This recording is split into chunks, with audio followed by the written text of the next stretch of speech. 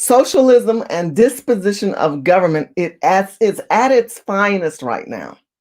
It is at its finest right now. Good evening, family. I am on fire because I want to tell you about some things that are not being talked about in the news that could affect your life. My name is Shirley Hussar, the CEO of Urban Game Changer, where we go into urban communities and we hold elected officials accountable as well as ourselves. As you know, for every action is a reaction. For every non-action, we are living in the aftermath. Tonight, we will be discussing the chess moves that Trump has been playing, the checker moves that we may have played upon ourselves. We're also going to talk about socialism and capitalism and how the illegal immigrants and the immigrants in California are going to be allotted $125 million because of COVID-19, and the African American community will get zero.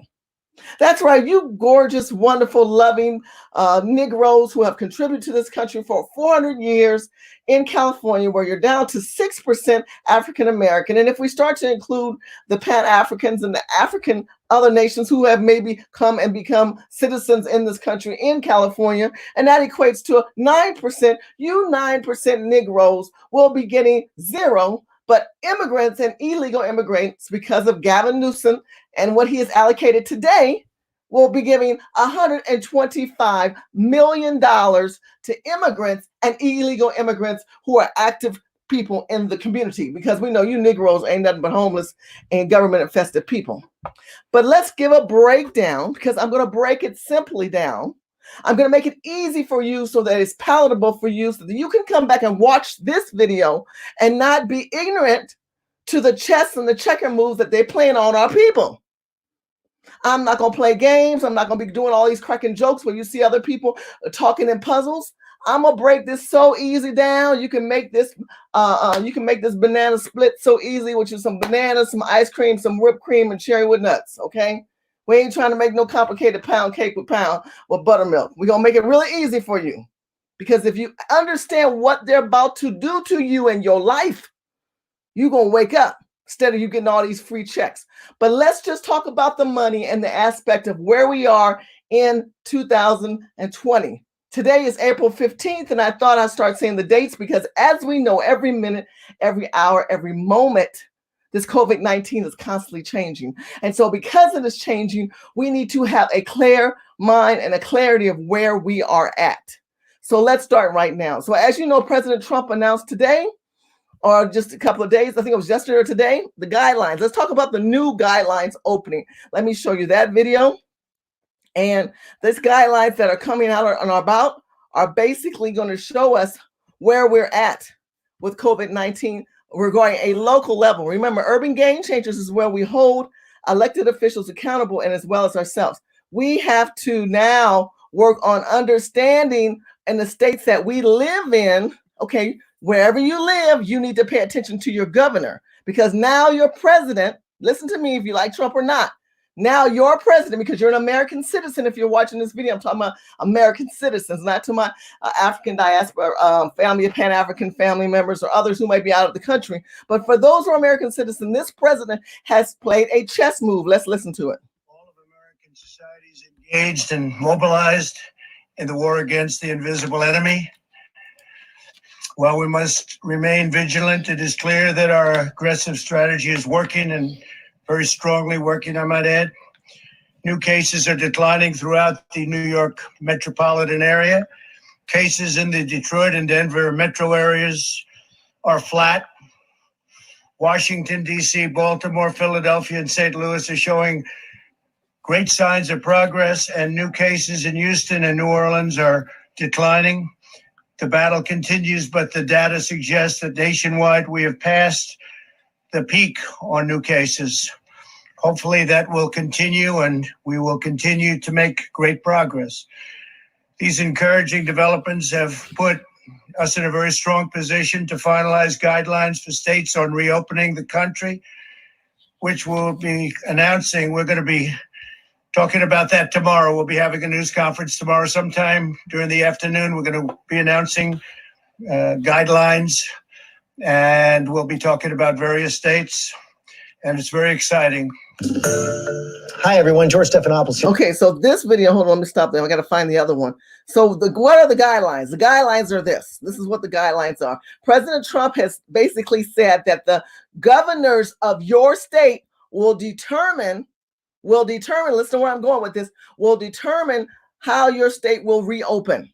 So if you don't know how your state's going to reopen, the guidelines were released today. And these guidelines basically said your state governor has the empowerment to run and conduct his state accordingly on how it reopens. Now, apparently, May the 15th will be the federal date where President Trump is saying we should be okay. We should be. That doesn't mean that allegedly it'll happen, because, you know, this day keeps getting pushed out. But allegedly, we can come out of our quarantine and have a hallelujah moment. And can you feel a brand new day? Can you feel a... Okay, I'm gonna stop. Anyway, I love that scene. I should show that scene when I talk every time. You're like, okay, we're gonna have that moment we unpeel ourselves. And then we break out, and then we go, yes, Jesus, my body looked like I did when I was 25. Hey! Oh, I'm sorry. I had a flashback. Okay, so we're going to have that brand new day. We just don't know when, but apparently it's supposed to be May 15th. In the meantime, President Trump has passed the buck, and he has said, okay, I'm going to show you how I'm not going to be a president that's going to focus on federalism. What is federalism? Look the word up. That means we're not going to have the federal government dictate the bottom layer of government, which is local, state, and federal. So start from the bottom. Take your hand, go down bottom. Local, state, your state, and federal. He is empowering the state to dictate the local actions in your community. This is important. This is important because you need to understand that the governors in your state have money allocated from the federal government to relieve you, and also to utilize the state tax dollars to benefit you and those around you. Where does that lead us, Shirley? Well, I'm going to show you where that leads us, because if you don't meet these guidelines, we're going to be affected by it. And what has happened now is in the state of California, Gavin Newsom, this wonderful governor that we have here, has decided to give the illegal immigrants $125 million because they are so affected by COVID-19. Now, who have been the most affected people? Can somebody put in the chat room BF1, Black Family First? They have articles out. We had a presidential conference call with executive directors and urban game changers. Shout out to you all who watched me and who are with our organization. Those who are in our organization can testify. They were on that White House call with me, and we talked to the White House liaison. Her name is Nicole Frazier, and she is the White House liaison for the urban communities. And they had this call. Basically, it seemed like it come the moment for church, because the direction that was given really was just more information of what we are already hearing in the news. Our numbers are detrimental when it comes to COVID-19. But when it comes to the governor of California, he wants to give $125 million to immigrants, illegal immigrants, because of their 10% contribution, 10% to the state. Forget the 400 years of contribution of a culture of people who live here. We're going to put immigrants and illegals first. But you don't know those numbers. If you're uninformed, you cannot move forward in life. Write that down. If I'm uninformed, if I don't dissect what Shirley's saying to me, I am not going to be able to move forward in life, because now President Trump's new guidelines have been passed to your governor. So I'm in California. I want to show you my numbers in California. But before I talk about California, let's go back to something. If you're African American, how this can affect all of you. And I want to show you these numbers. This is this article that came out, and why Blacks are dying at a higher rate of COVID-19. And this article begins to tell you this, and the Michigan and the numbers. So let's hear a little bit of it. I'm not going to play all of it, but I'll just at least let you hear the numbers. So let's start.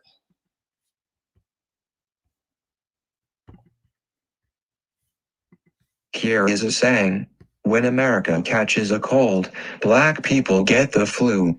Well, in 2020, when America catches coronavirus, Black people die.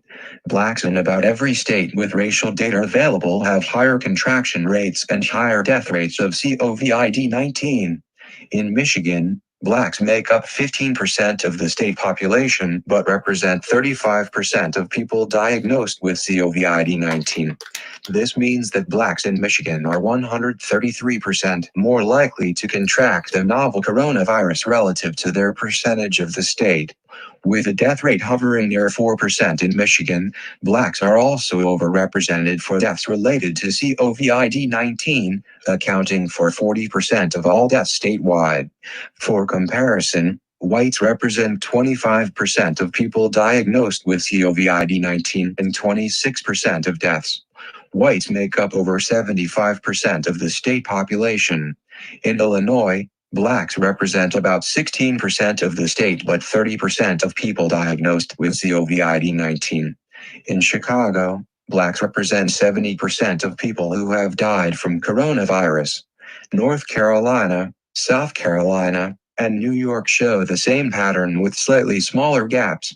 Among the 4 states shown below, blacks are 74% more likely to contract coronavirus than their percentage of the state.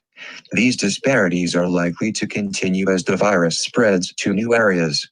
The coronavirus has not even hit rural America hard yet, where many counties do not even have a single hospital bed. Okay. And the article goes on, which I will put as a link down below. But I want you to hear that much of it. You see, these numbers are detrimental. The numbers that are in the African-American community are profoundly detrimental. But the question I want to ask you, as an African-American descendant of slave sister who had put herself and her face and my real name on the front line for my people, unlike the rest of you guys, your name is COVID-19 and Babaju and Cuckoo too, and y'all be talking all kind of trash about me, but yet your ass and your face ain't on the front line. But I digress. Let's come back to the reality of where we are as Black people. We are the most receptacle of being infected of this COVID-19. Large portion is because of the lifestyle we live, how we eat, what we have access to, the fresh produce that we're not choosing. The $2 tacos from Jack in the Box for 99 cents we've been eating because we're too lazy. Them Chinese people that came in our community with their Wong food now. You've been eating dogs and cats and you don't know it. Them Chinese people that came in your neighborhood now, they cooking soul food, and the Mexicans cooking soul food, and God knows how that has been prepared. And yet you just give them your money. I've showed you at those markets in Baltimore. I showed you that market. That's another video I did. Go back and look it up. Where I showed you Black people just buy, just consumers. But the consumption that you're doing towards your body does not build the antibiotics to keep you healthy. You cannot blame white America for that. They got you caught up into the slave game of eating things that have destroyed you. Fast forward. Now they done put it to the next level. They done turned the knob up. They've infected you with the China virus, which President Trump talked about. A China virus where the World Health Organization did not inform America of its traumatic actions that were taking place in China and the outcome that happened earlier than I believe December. I believe it happened in September. A lot of us think we were sick prior to, might have been infected, and y'all didn't even know it. But if you're going to talk about a virus, it's a virus that has now infected the world and the African-American community, as well as Africans who are growing now. Now it's happening in Africa. Africa was the least affected, but we knew it had to start affecting Africa. It had no choice to affect Africa because Africa allowed itself to be infested. Write that word down, infested with Chinese government and dictatorship over selling their soul for money. I'll wait. Africa did that. Just like we do here in America, the African Americas. Oh, we ain't getting to pass the buck on us either. So in saying that, there's a lot of things that are detrimental that affected our numbers because of government intervention and detrimental communities who don't have the best health facilities, have the best healthy stores. We've asked for monies and ideas to allocate it towards that. And that is why today we're going to talk about an economic empowerment plan that we are structuring. We're going to be working with T. West. We're going to be working with Phil from the Advice Show. So get ready, because we're not going to sit back and continue to see how money is not coming to us. But now let's move on.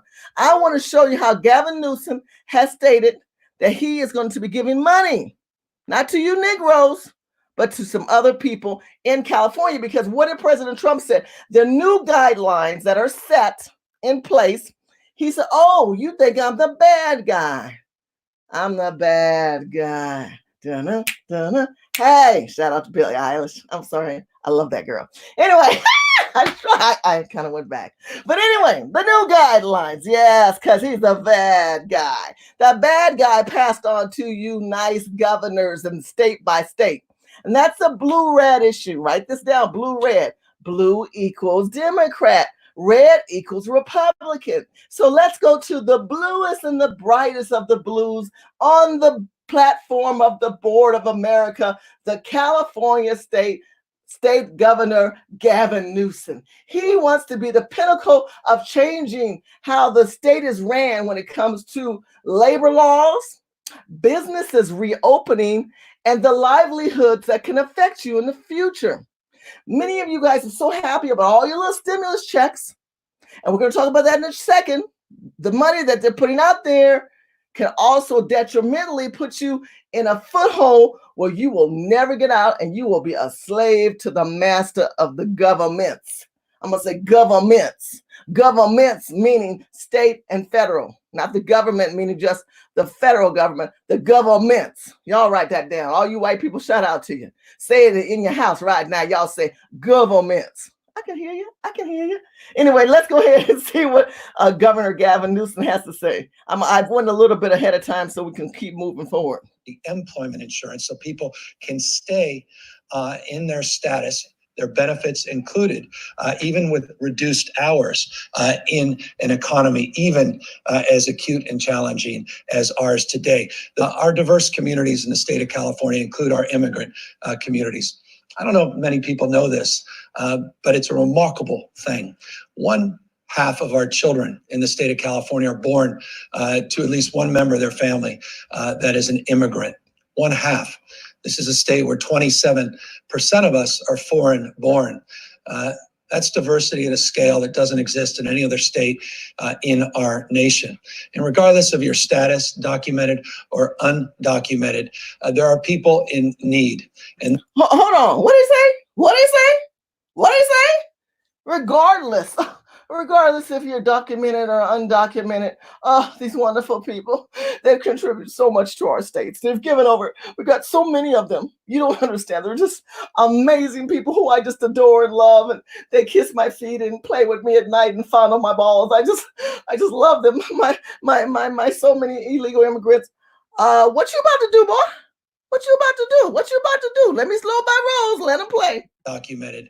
There are people in need. And this is a state that steps up always to support those in need, regardless of status. 10% of California's workforce is undocumented. 10%.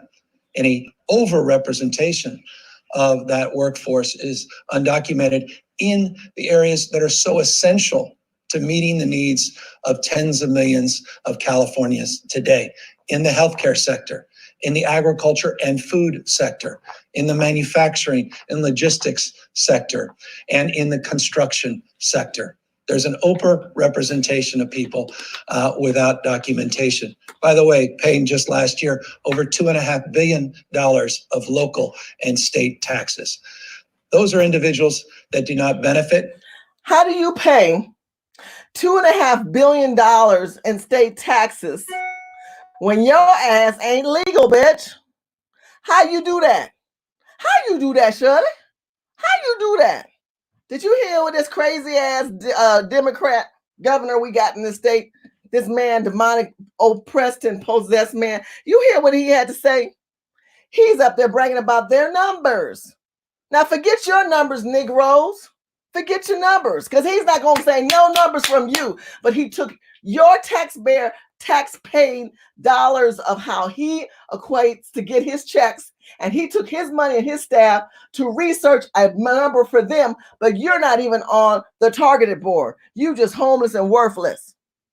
But like I said, Here's a man who's adding up their paychecks because if they can't pay no taxes, let me tell you how they pay taxes. I'm going to tell you how. They got stolen Social Security cards. They got dead people's Social Security cards. They paying city and local taxes just like me and you when we go eat out. And they tax us in our livings and our everyday goings. And they're probably calculating those numbers as well. So that number is no different than ours. If anything, ours is greater. But let's continue on. From the PUA program, don't benefit from the UI, the unemployment. Those are individuals that do not benefit from the PUA program. Hold on, I want to get back to the numbers. Without documentation. By the way, paying just last year over $2.5 billion of local and state taxes. Those are individuals that do not benefit from the PUA program, don't benefit from the UI, the unemployment insurance benefit program, don't benefit from the stimulus that was just signed by the president. And they should not, because they're not legal, Gavin Newsom. They don't put into the system the correct way. They operate like gangsters, rats and roaches under the ground and sell shit on the street, Gavin Newsom.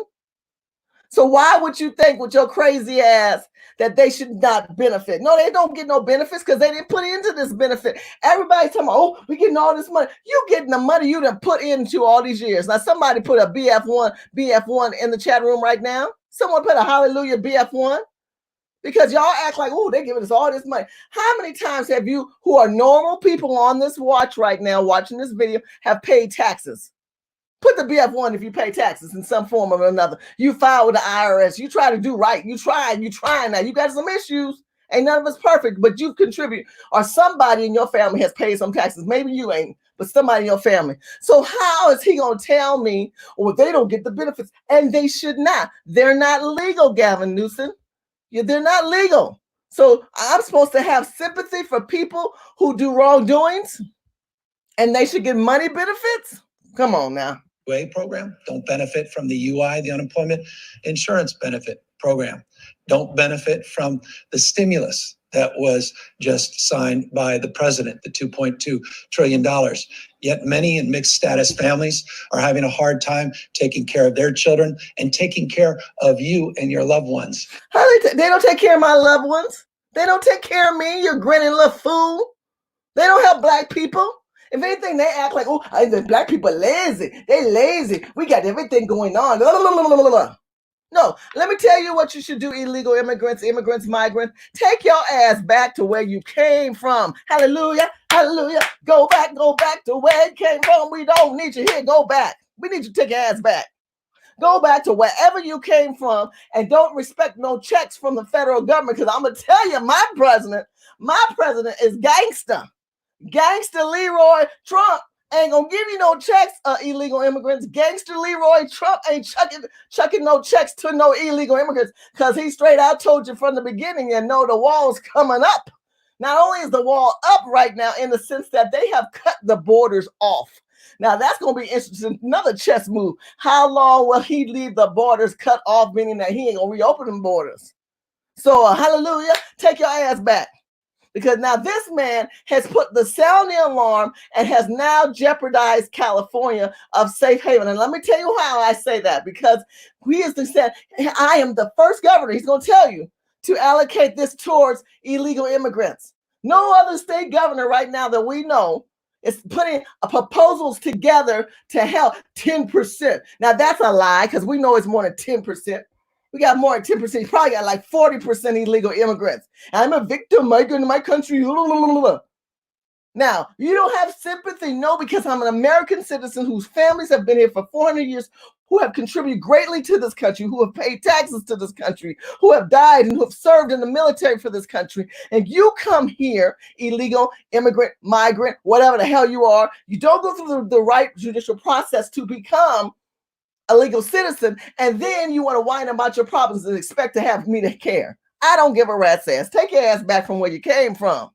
But instead, we have this governor right here who is constructing proposals and now building this case as you hear him talk. Well, they didn't get this and they didn't get this, and they're not getting stuff from the feds and all these state issues that were allocated through the federal government and what they were going to fund.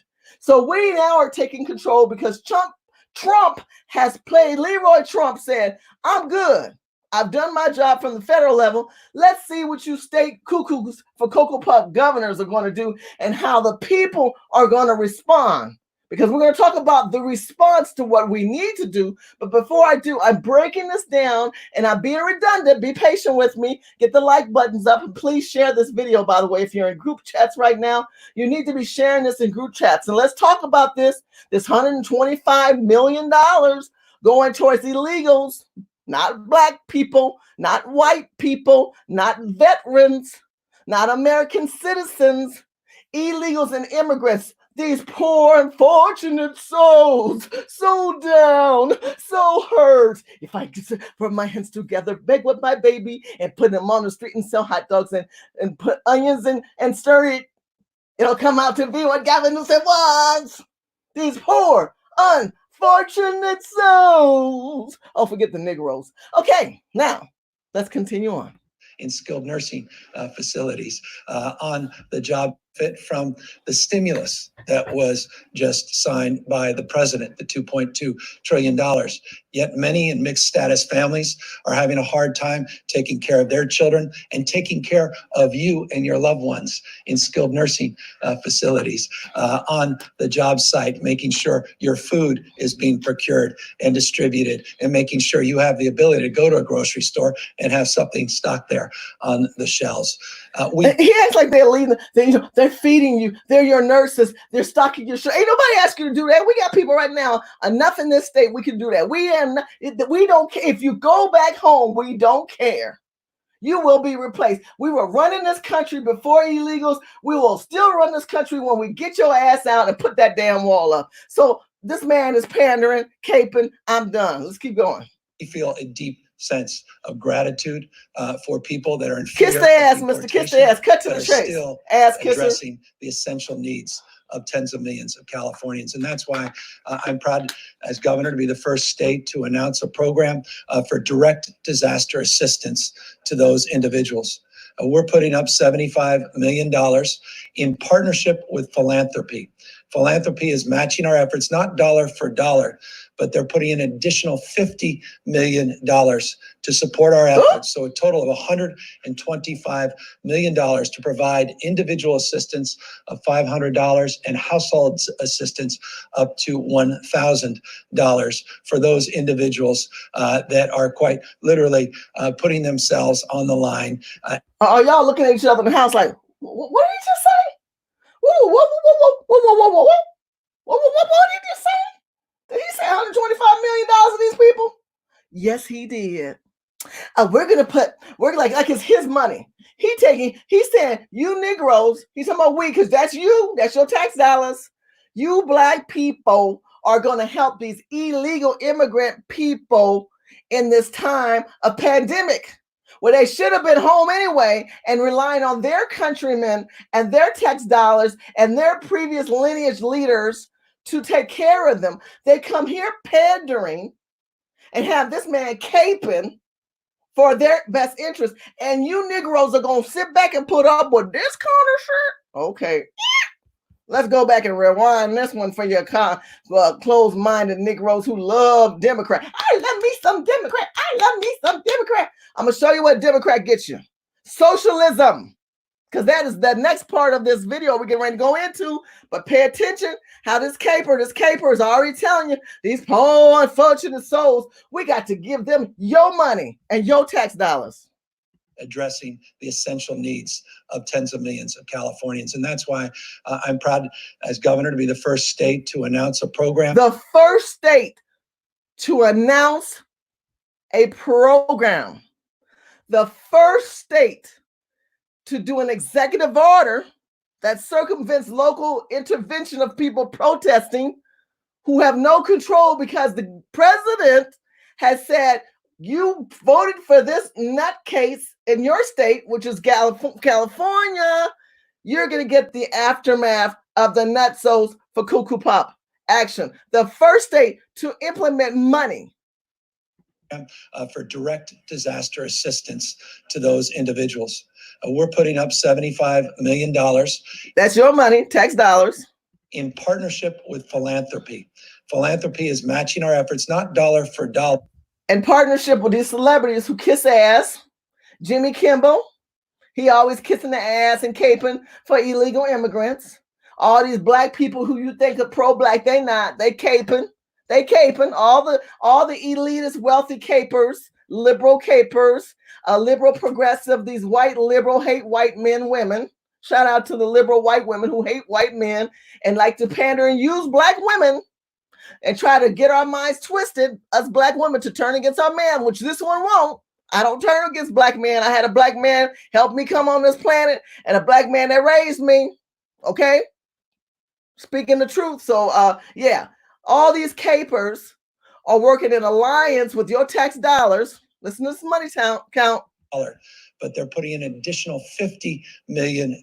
So the capers are coming in, and you watch. They're going to be popping up. I showed you the one where Rihanna gave to those caper organizations with Jay-Z. Go back. I'm not going to reiterate that one, but that's what he's meaning by these philanthropists. Just keep going. To support our efforts. So a total of $125 million. $125 million that don't go to Negroes. Unless you're illegal, you black and illegal, hey, let me give you a word of truth. Play the game. Get on the illegal train and get a check. Everybody else getting a check? Everybody wants a check. I want a check. Cut me a check. Well, now you capers are getting your checks. You've been screaming, give me a check, give me a check, give me a check. I don't want to work. I want to sit on my ass and I want a check, because that's where you pretty much are right now in the world, at least in America. To provide individual assistance of $500 and household assistance up to $1,000. So they're going to give $500 to individuals. In addition, now, you know, them people, they got about 7 kids in the house. Oh, I got to take care of my children. So let's go 7 kids. Let's go about 10 kids. Hell, $500, that's $5,000 in addition to the $1,000. Come on now. For those individuals that are quite literally putting themselves on the line and helping support. They put themselves on the line. What line have you put yourself on? You crossed the line and you came in this country illegally, and now we caping to you because you got caught in the pandemic on this side of the wall. They don't deserve a damn dime. But guess what? This governor, he gonna take your tax dollars to cape for them, and you stupid black people and you stupid white people. Shout out to the stupid Democrats who don't understand the basics of understanding local states are the ones that control the destiny and the outcome of your communities, not President Trump. So stop coming to me talking about, well, President Trump didn't do this and President Trump didn't do that. He's so silly. President Trump did a chess move, not checkers. You so used to playing checkers, the Bernie Sanders socialist checkers. You guys are getting all the checker moves. Now you're going to live the outcome. For every action, you're enduring the reaction of this pandemic through a chess socialist move that is now being pushed through the pandering that we're seeing from this governor upon the black community. This economy and those most in need at this moment. Now, what you're going to learn, my people, is this. If you're not ready, if you've set back and you've allowed yourself to be displaced and dismantled because of this, because you're so happy to get a check, a check, I'm going to get my check, shake my titties, I'm going to get some check. Okay, I'm sorry, I'm singing a lot tonight because I find this all amusing and I'm upset because I don't want my people left behind. I don't care if you black or white. I'm talking about to the white and the black colonists. We founded this country.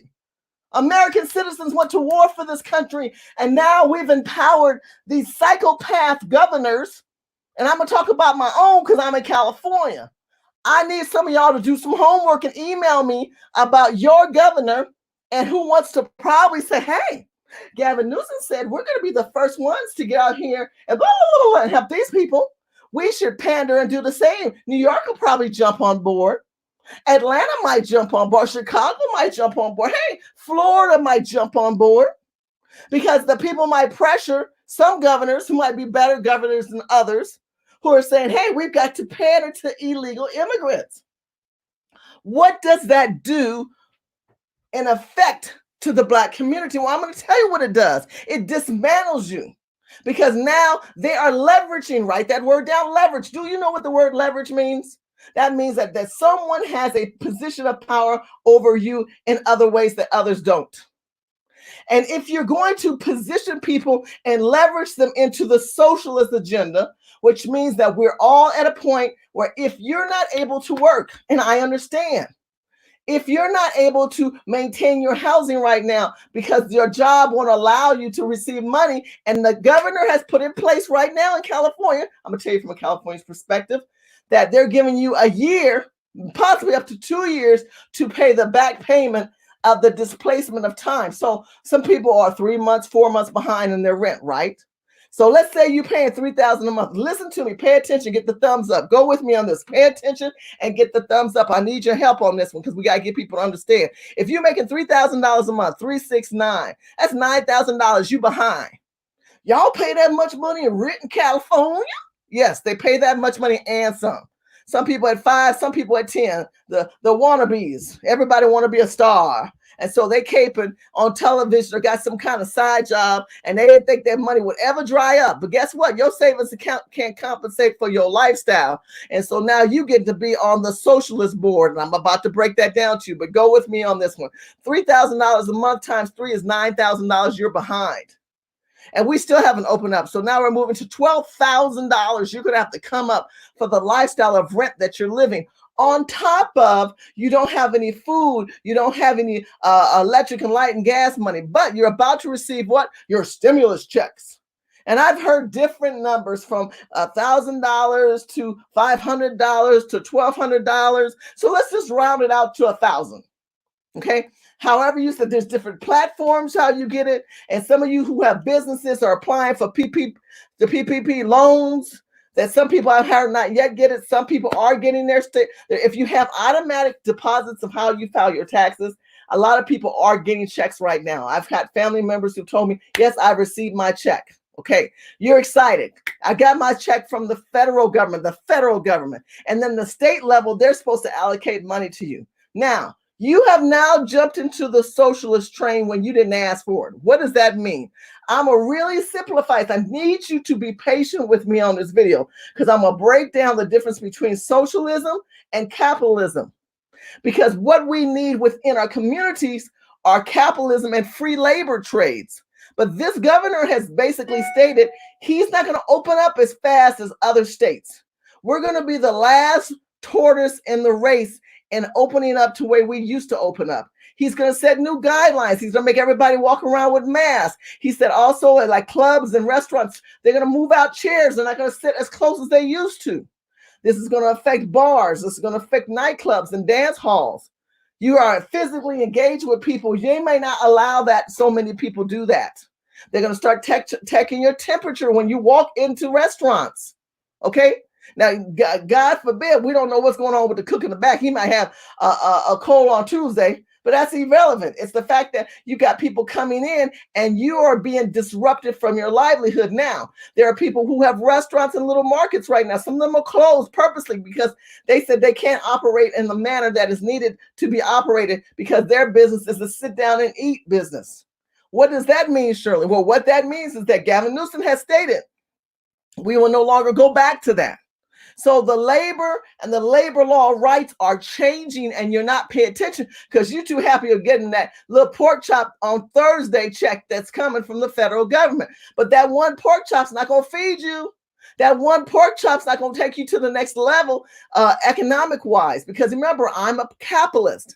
You're speaking to an African-American woman who believes in LLCs and S corporations, who believes that you need to understand acquisition and mergers, who believes you need to understand OPM, other people's money, who believes you need to study neurological programming, kinetics. These are the things you need to do. Who believes you need to understand how to play chess, how to play Monopoly, who needs to know how to play Rich Dad, Poor Dad, the game. Play the game, cash flow. Play it every night religiously before you go to bed. Download the game, play the game, download the game, because it will teach you you ain't nothing but a rat in a cage on a hamster wheel waiting for a federal government. Now, excuse me, a state stimulus check. In saying all of that in conjunction to where does this lead us down the rabbit hole of socialism and forgetting our self-identity of self-empowerment. You are slowly but surely losing power and you don't even see it. They're giving your money, your tax dollars to illegals, and they're pulling your rights away. You hear what I'm saying? You don't have no rights no more. You can't go outside and go run in the park. They're not opening up the parks. They're not opening up the beach.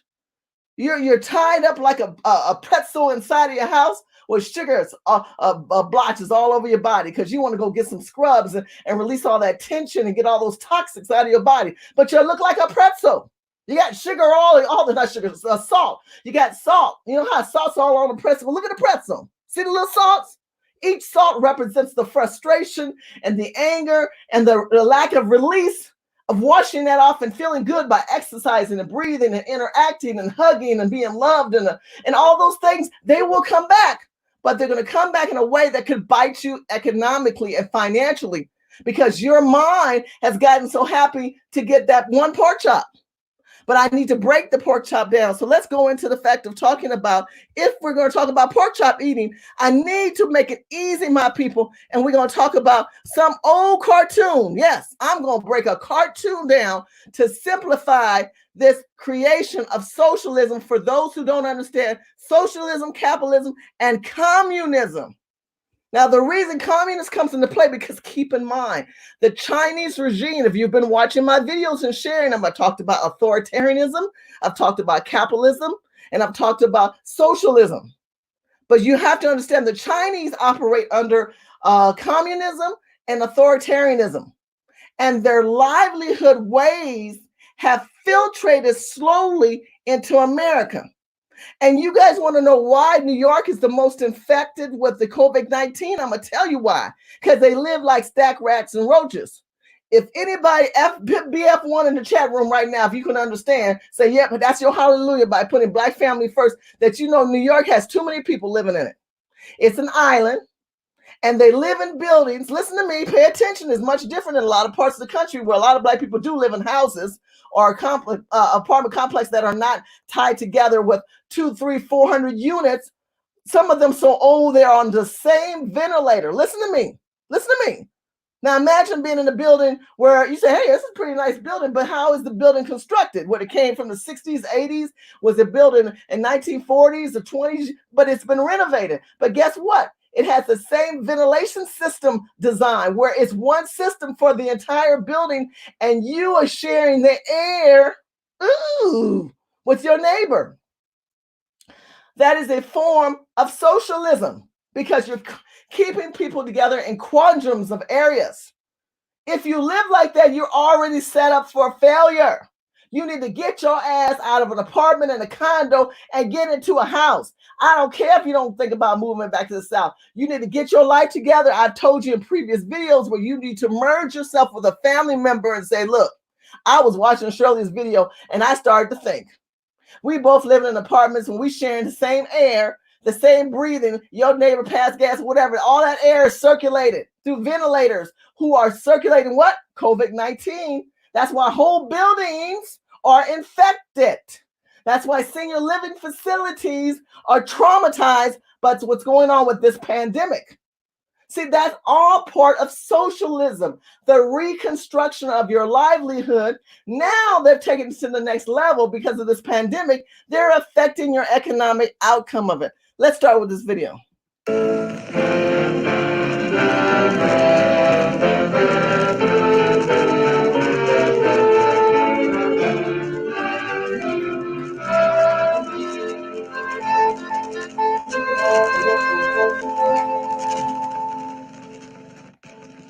America is many things to many people. To a 17-year-old kid, it's the malt shop on the corner.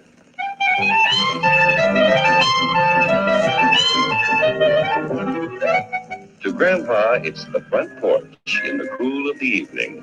To Mother and her family, it's church on Sunday morning. And to Dad, it's his favorite relaxation.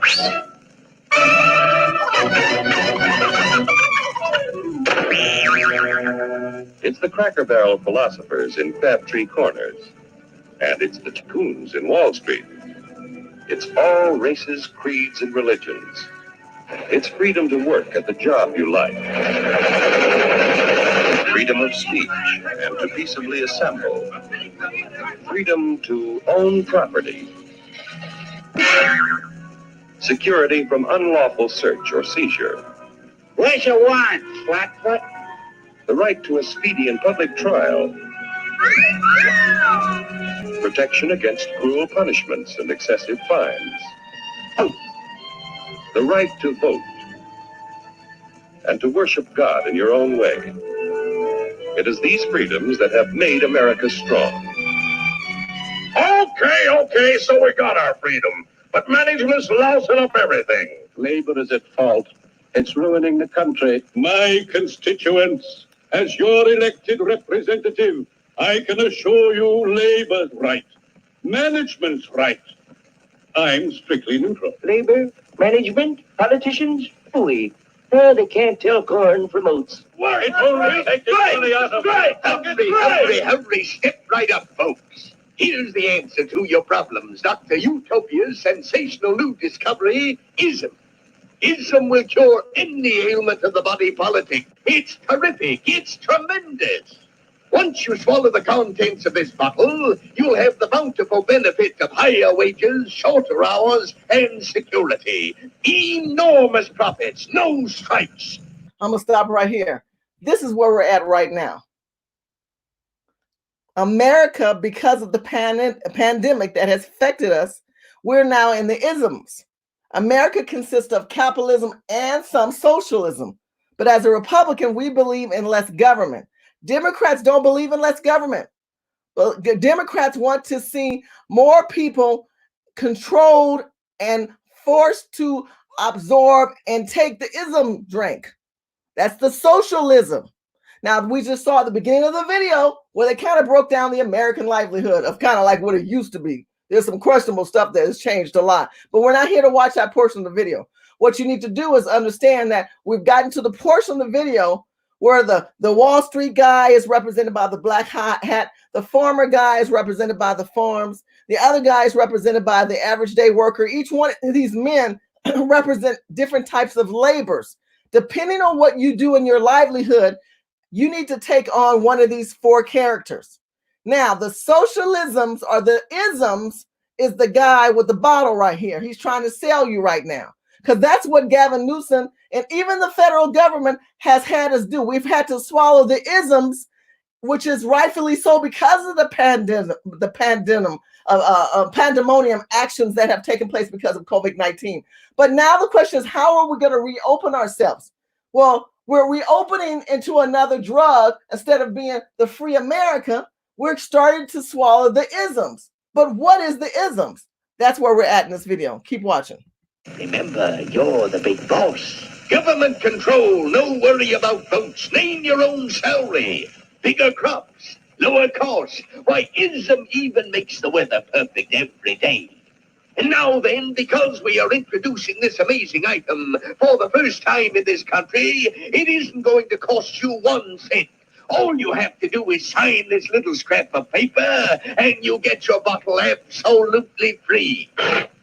I hereby turn over to Ism Incorporated everything I have, including my freedom and the freedom of my children and my children's children, in return for which said ism promises to take care of me forever. Get out of the way. Pardon me. And who are you, my good man? I'm John Q. Public. Ah, my fine friend, you're just in time to share this generous and gigantic offer. Sign right here.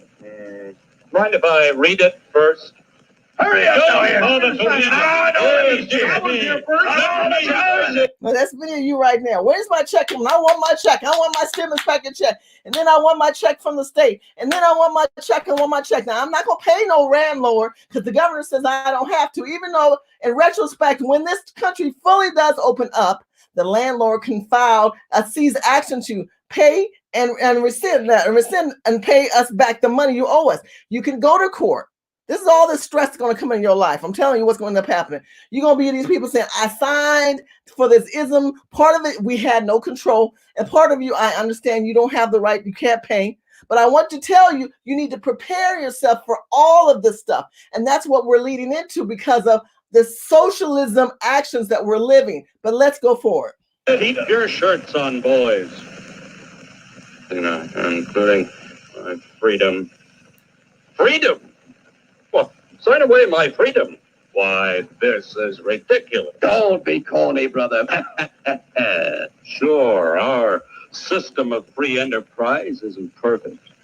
But before we throw it away for some imported double talk, let's turn the clock back a few years to see what it's done for us. For example, back in the 1890s, Joe Dopes was just a guy who liked to tinker around his barn. Some people thought Joe was lazy. Some even thought he was nuts. But one day, he had an idea. And because he was free to dream his dream and tinker, Joe had a chance to make something of himself and his idea. So,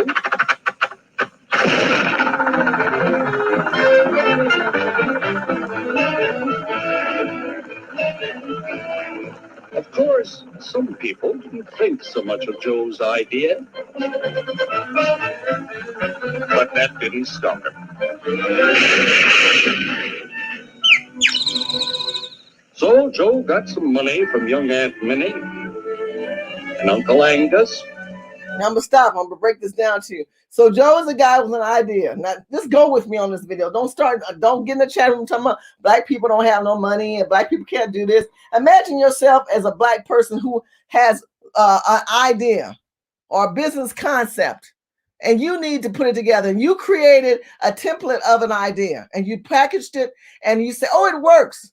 Now you're doing what he did, and now he's going to OPM, other people's money, to help fund his idea. That's what this means. Right down OPM. That's what OPM means.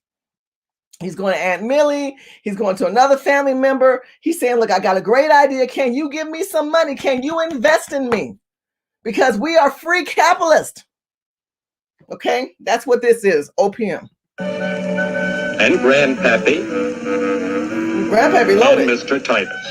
Oh, Mr. Titus, damn. When Joe's friends and relatives used their savings to help him buy tools and property, they were capitalists. Don't blush, folks. It's nothing to be ashamed of. Now, naturally, Joe needed some help. So he hired Willie Lumpkin, who was out of work anyway. And before long, Willie had the know-how and became skilled labor. Okay, let's stop right there.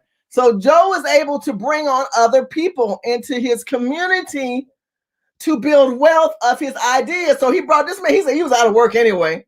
Listen what the narrative said. The narrator stated. He said, this guy was out of work anyway, so why don't you come over and help Joe build on his platform? I told you these illegals need resources. So Gavin Newsom has equated them and giving them $125 million. This levels them up again.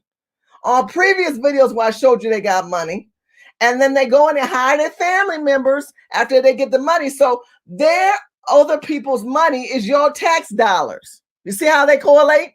Other people's money, tax dollars, is going to these people.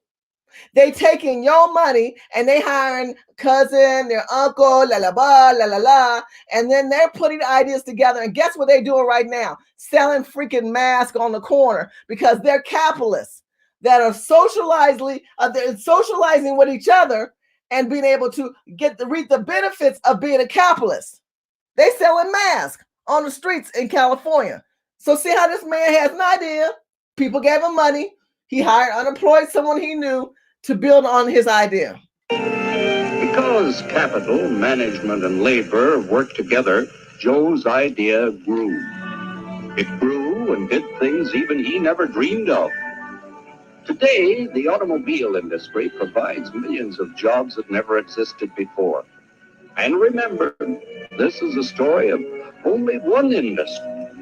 There are thousands more scattered all over the United States whose history of development is pretty much the same. Okay, so let's stop right there. So in America, we have free capitalists.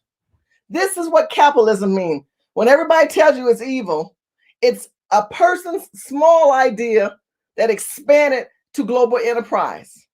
What has happened over the years, though, is that America, meaning corporate America and big time federal government America, took a lot of the labor of these businesses that you see all lined up and all throughout America and gave them to China.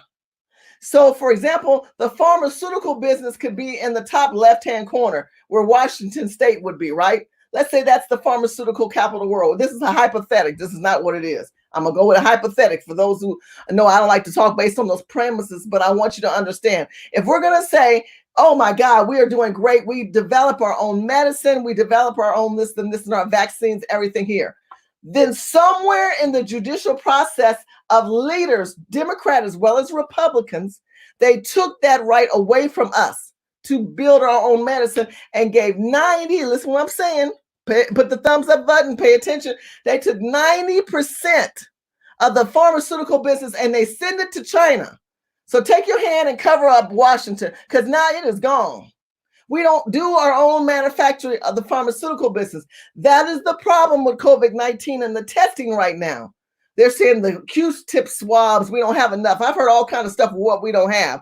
The stuff to like the tools that are needed so that we can go ahead and get more testing done.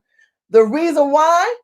The labor and the free labor and the capitalism and the concept and the building of these entities have transported out of the country.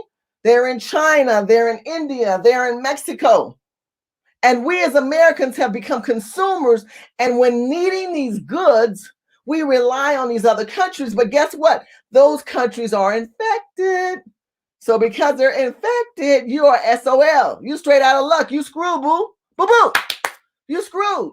So what does that mean? That's detrimental for America because we are sucking on the titties of China and sucking on the breast of the Armenian community with oil and other resources. This is why President Trump said in 2016, let's make America great again. And you guys never got it. Some of you did, some of you don't. Maybe you might now.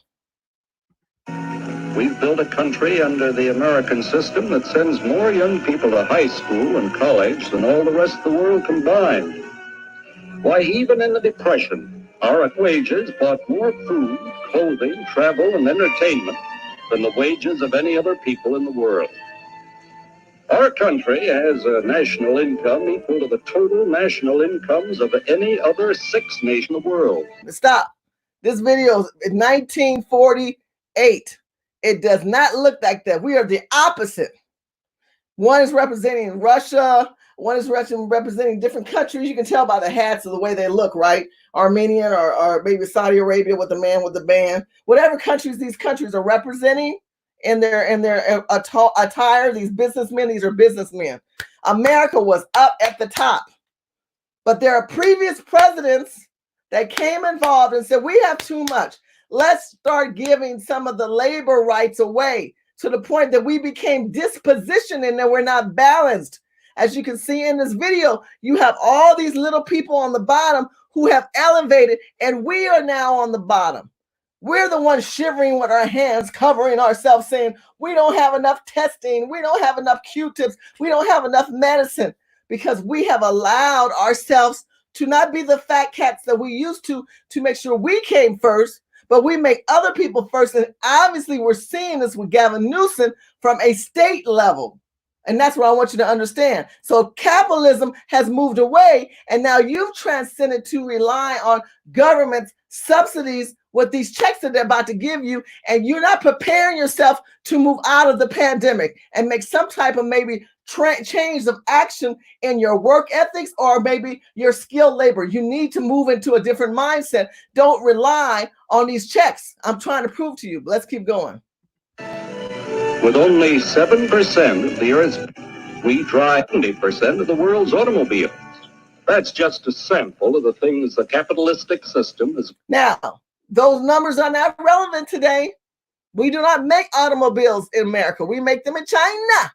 We make them in all these other Tokyo or whatever hell we make cars in. Don't hold me for the Tokyo one. I know we make them in China. But you understand the points I'm making. We used to be elevated where we had empowerment, but we've shifted since 1948. But this gentleman's trying to make it clear to you, you guys want to drink the bottle of these isms. What's the outcome of that? It's given us in only 160 years. Before signing up, you boys ought to try a little taste of Doctorism's formula to see what you'd get in exchange for your freedom. Go ahead. Oh, we can get to taste it. Well, I can tell you, you've tasted it right now. You can't go nowhere. You going anywhere? Some of you guys know if you go out right now, you will get fined or arrested. You know that. I broke that video. I'm not going back to that video. Go back and see all the fines that are implicated on top of what President Trump has said. This is supposed to be voluntary or quarantine, and the states are making it mandatory to wear a mask. Mandatory. You saw people doing videos showing you that an Easter card and Easter bunnies and celebrating Easter. They blocked that off and told you, oh no, honey, this is one of the isms that we're putting in place. We're not going to allow you to celebrate Christ in this manner. Stay home. Okay? This is the little taste of socialism that you're getting. They're telling you in the store what you can buy. You don't have to go out buy anything in the store. Just pull up at Targets and Kmart's. Get you a bag of groceries. We don't know who's been touching them groceries. We don't know what's in them bags. We just want the free food. That's isms. That is socialism. You didn't get to choose. I wanted bananas. You didn't get bananas this week. You're going to get peppers. Okay. Oh, I wanted oranges. No, you're not going to get oranges. You're going to get lemons. Well, okay. You've accepted the isms. That's what you're going to do. But let's see what happens when they taste the isms, because we are drinking a lot of isms right now. Let's keep going. Try it. Here we go. You can't do this to me. I'll strike. The state forbids strikes. Wait till the union hears about this. Ah, yes, the union. Welcome to our ranks, number 1313. Yeah, that could be the prison system today for black people. Wait till I'm going to find out. I'm going to get my attorney and you find out the isms that are already in place in the prison system for black people. Or you sit back where this man, he's working his 9-to-5 job, but he thinks he's got union protections. There's no unions in communism's countries.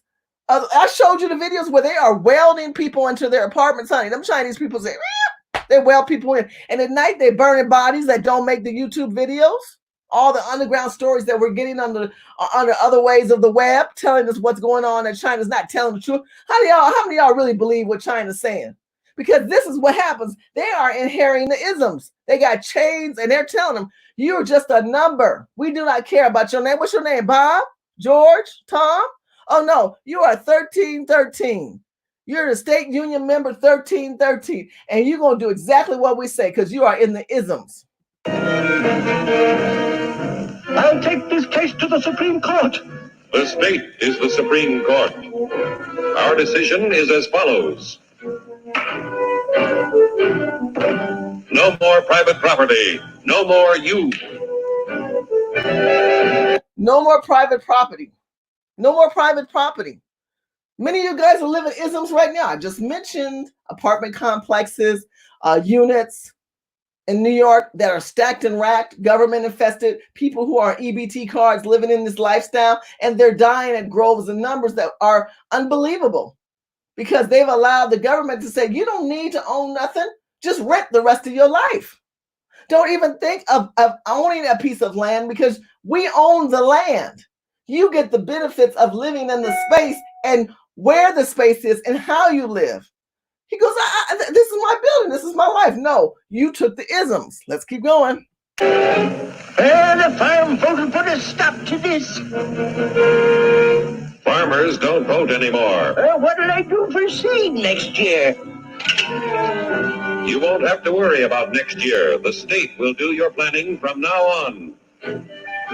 Okay, so the state has put a noose on your neck and have you dizzy because now if you're a farmer, if you're producing produce or whatever, like I told you, they're going to tell you what you can grow and what you're going to eat, just like they're doing right now. You pull up at Home Depot or Kmart or whatever they got you at Walmart and they're giving you these bags.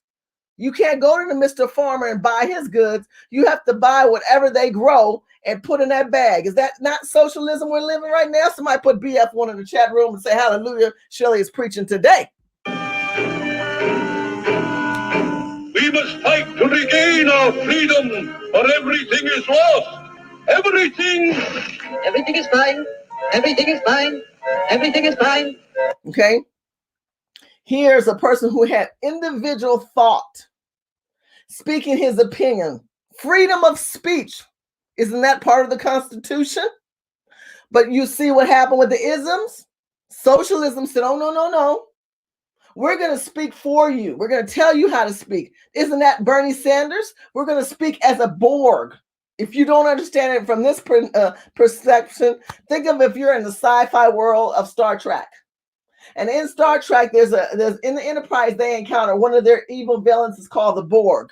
The Borg is like, it's a square box, consists of humans who've been filtrated and becoming, you guys know those who watch Star Trek, they become part robot and part human. So the human side of them slowly die away, and they use the organs just to keep them alive, but their minds and their thought patterns are of one unit, one mind, and told what to say and how to think. That's what you're seeing right now. This man is not going to let them, they're not going to allow him to have no freedom of speech because the isms are coming in place to make you think and act like them because you gave it up for that bottle. Everything is fine. Everything is fine. When anybody preaches disunity, tries to pit one of us against the other through class warfare, race hatred, or religious intolerance, you know that person seeks to rob us of our freedom and destroy our very lives. And we know what to do about it. Now, gentlemen, no violence, please. Don't throw those bottles. Don't throw those bottles.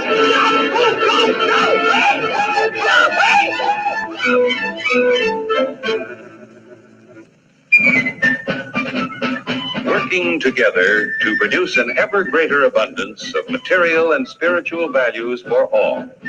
That is the secret of American prosperity. Now, if many of you white people and black people want to know how to be prosperous, we need to work together, my people, and we need to have a discussion. So let's talk. I want you to understand the reason why I want you to see that video, and I know it was corny as hell because some of y'all are like, Shirley, why are we watching a cartoon? Because I want to simplify the actions of what is being produced to you. And that is all these different checks that you've just gotten in your bank account. You might feel a little good because you say, I ain't paying no rent. I'm going to delay paying my electric and light and gas. But guess what? Over time, that will come back and bite you. You might be at a pivot point in your life where you need to say, how do I make this pandemic work in my best interest? And I'm going to talk about that now. I want you to understand you need to start thinking of new scale ideas and new skill labors. You need to think about new ways of understanding government. You're home anyway.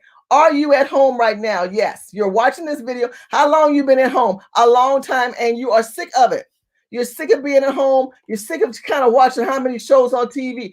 I want you to start working on, listen to me, put the thumbs up button, get the likes up. I want you to start working on building your skill set on something new because you got to get out of this pandemic. Because right now, the governors, especially the liberal governors, want to keep you oppressed.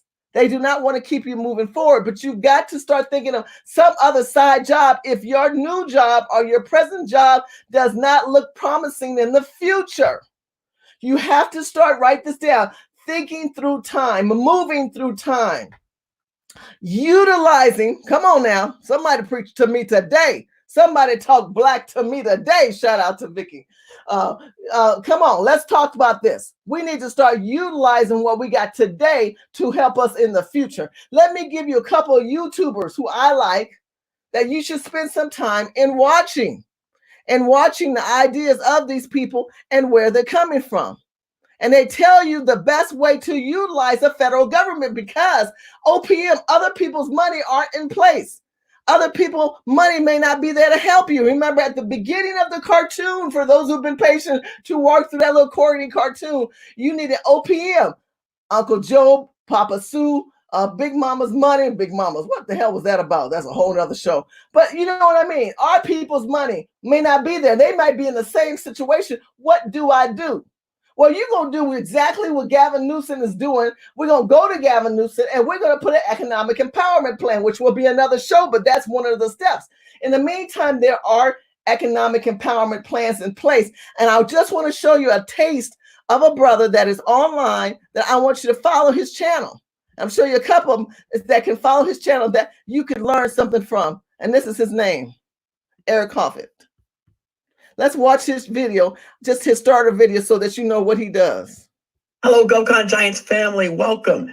My name is Eric Coffey, and today I want to discuss 6 reasons why I believe now is the absolute best time to get started and embark on your journey into the world of federal contracting. Even better than when I got started in 2007, even better than when Patricia Bonilla, SBA award winner, got started, even better than Alex Hernandez, who's now got $50 million in bonding, and even better than my most recent guest, David Ramajan, who turned the word joint ventures into a household name. So stay tuned for this upcoming video of 6 reasons why I believe now is the best time to embark on your federal contracting journey. All right, today, thank you for joining me over here on the big screen. We want to discuss the 6 reasons why I believe it is the best time to get started in the world of federal contracting. One is because, let's talk about it, the unemployment rate has now hit a 50-year low. Even though they talk about... This was November 8th. The unemployment rate is not a 50-year low. Just in that time frame from November, December, January, February, March, April, May. Look at that, April, 6 months. In 6 months, we are traumatized.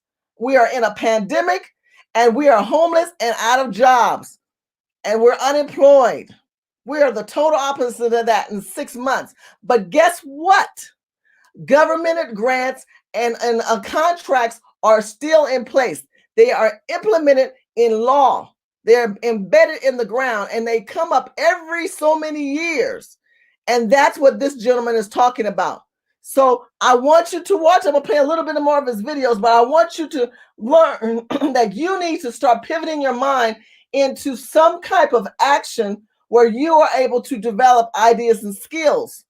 Because otherwise, the socialism proposals of these checks that they're allocating through Newsom and through Trump are great, but they're also detrimental because you're becoming lazy and you're becoming a slacker, and you're also seeing that they're leveraging money to help illegals to be at the same status wealth that you're at and push you down because they're getting money and they already have a machine going. Like you saw that man hired somebody and start building stuff, and you ain't even got to that level. But you need money. You need money, not $1,000. You need to understand money, and you need bigger check. Listen to the numbers.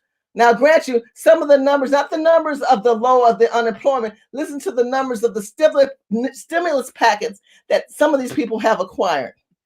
Hiring is slowing, right? That's someone spinning it, right? We're in a spin cycle. The unemployment rate has still hit a 50-year low. What does that mean? There's no one out there who is watching this video right now in the present time that can't drive somewhere in their communities and see a for hiring sign. My mom said something to me the other day. She goes, look, they just don't want jobs. And we all know what that means. If you don't have a job, that's because you don't want a job, because everyone and their mama is hiring. In fact, it's gotten so bad to the point where even Amazon is reaching out and saying, hey, look, we will help. Now, Amazon is hiring right now. There's a lot of online jobs and opportunity because the technology of job hunting and job application is different than the days of old, where you saw that man working in a labor aspect, where Trump is working on that. We don't operate the same way we used to. Remember, I told you, I use the analogy of the pharmaceutical business, of construction, of building, how we used to have a Detroit and steel mills, and all those things have moved out of the country, okay? The Men Who Build America, make sure you write that down. The Men Who Build America, watch that one where you learn about Rockefeller and you learn about the Vanderbilts. These are people who built America, who created a stronger free labor operation where we were working in the mills. Those have moved out, but those are jobs that were created from someone's concept. So now 2019, 2020, if you say, I need some extra money, what do I do? Well, you got Amazon, you got other companies out there. What you learn from Eric is this, and he's got wonderful ideas, different concepts, different ways to reach out to help people in these times. And what do we do? What do we do? How do we work the PPE plans that are out there? Look, here's a brother telling you right here. Listen to what he has to say about that. All right, Eric. So, okay, I just watched your video where you said, okay, I should not be selling PPE. So what should I be doing? Great question. That's what I want to talk about. I feel like a teacher today. All right, so should you sell PPE? We established no. So what can I do? What can you do? Man, there is a lot of stuff going on out here. There's a lot of stuff that's going to be going on for 6 months, 8 months, 10 months, 12 months, 15 months from now as well. So again, there's a lot of stuff that people could do that are very simple. Look, how about this? Janitorial. Everyone, right now, okay, if the unemployment is at 30%, if the unemployment is at 30% right now, okay, that means that any and everybody is sitting at home. 30%, I think our American population is close to 300 million people times 30%. That's 90 million people without a job. And again, that, I'm sure that's not factually accurate because they're going to say, well, you take out the older population that can't work and the younger population that can't work. So this number really becomes whatever it is, 200 million, basically. So let's say factually accurate. Okay, we take out the people that can't work on the top and the bottom end, or we got 60 million people that's sitting home that need a job. You could, learn how to do janitorial business. You could be sanitizing facilities. You could be helping wash facilities. Every single building in America, every single building, doesn't matter what it is. Your local gas stations, your food marts, your Walmarts, your stores are going to need to be sterilized and sanitized and clean moving forward. And I predict that this market, right, whatever number it's at now, let's say X, it's going to go up X 500%. Mm-hmm. So whatever the market is for janitorial services, I believe that market is going to go up 500%. So again, with all these people sitting home, the unemployment 30%, the need for janitorial going 500%. To me, that is a realistic business model for the average person with very little education to get into. Because why? I can tell you, we talked about it before, but the VA hospital, right?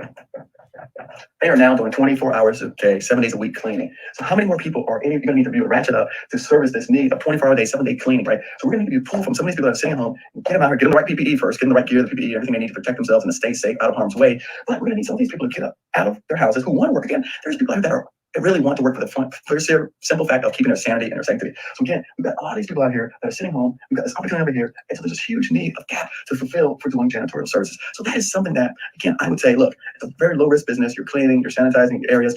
There are people out here that can train and teach you how to properly do it. And what I'm finding is that a lot of the bigger companies are not wanting to get in that marketplace because they don't have the ability to train people. But we have companies here that are in our group, in our network, that are doing these activities that we could effectively, if we had enough demand, they could put together training programs to start training people how to effectively clean services and do these things so they can be effective. So this is what I'm talking about. So there are some low-tech businesses that people can get into right now to start helping fight this challenge and not have to jump at the shiny object, okay? I don't want people out here to go out and get hurt. Now, that's just one area. If we start talking about technology, there's a whole host of opportunities for providing technological services for people to do this. But right now, I just want to touch on that. One of the things that you could be doing in the event that you can't really get into the PPE marketplace or the PPE business.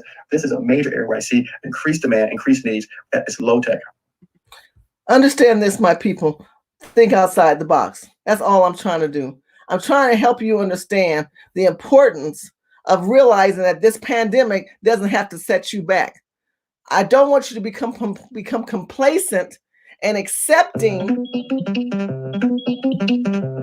I think someone's trying to call me. And accepting. Welcome to the Gun Hold on. Podcast. Oh, I know what that is. For people on the outside I know what that looking is. in. If you are here to learn. I know what that is. I'm like, what the hell is that? Is someone tapped into my computer? Jesus. Oh my God, I better call my sons. I've been tapped. No, I left the video running. And by the way, when I played it on 1.5. Because some of these videos, some of y'all just kind of talk slow, including me. I'm sure you guys speed me up as well. But I want you to understand that you can utilize other skills that are out there that are going to be necessity. Remember, I love this line. Remember, you make money when there's a pain situation. Many people become millionaires through pain because with pain comes profit. Write that down. With pain comes profit. There was a pain found in how Uber was created because people didn't like paying taxis. They didn't like driving. And so they said, what an idea. Let's do ride sharing in a different way and design it within the app. Right now, you know how people are talking about Love is Blind, and they did this thing called Love is blind, and people were living in pods. Somebody done created a quarantine love app. I heard. I was like, what the hell? So people who are quarantined can go on this app and they can meet somebody. You never see them. You just hear their voice and you talk to them. And then it's called Love is Blind Quarantine. And after so many days, when it starts to open up, you can go meet this person who's quarantined. Why am I sharing this with you? Because Eric talked about a technology idea. You need to start communing with your community of your family members and those you can talk to and resituate yourself. Because nobody can do that better than you, of thinking outside the box and moving forward. I'm gonna thank you guys so much for chiming in. I thank you so much for the donation. Real money. I love me some real money because he always gives me real money.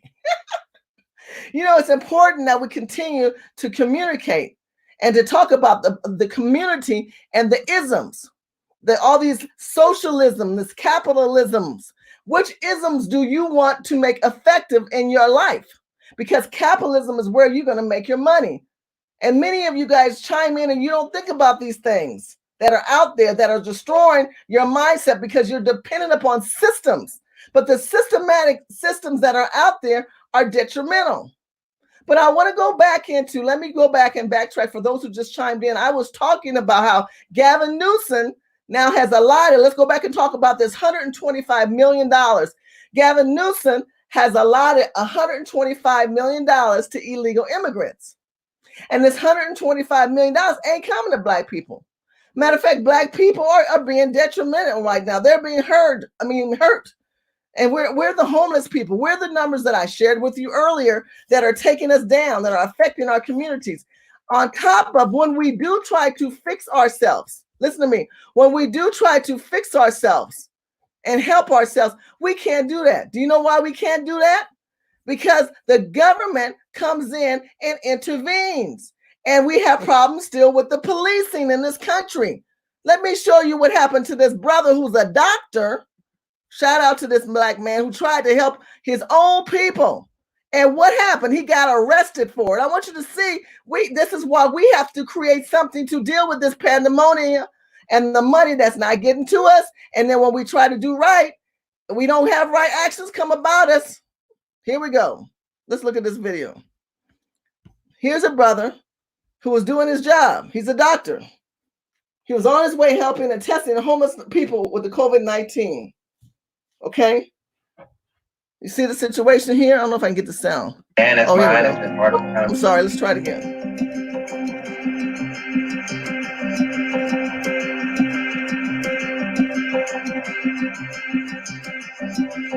I was putting tents in my van, so it was nothing abnormal about that.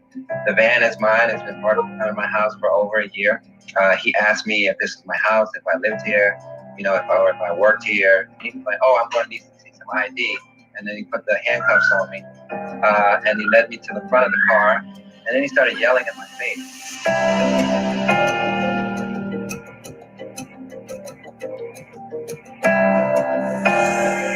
If my wife wasn't there to de-escalate the situation, it definitely could have gotten out of hand. I could have been brutally hurt. I could have been shot dead.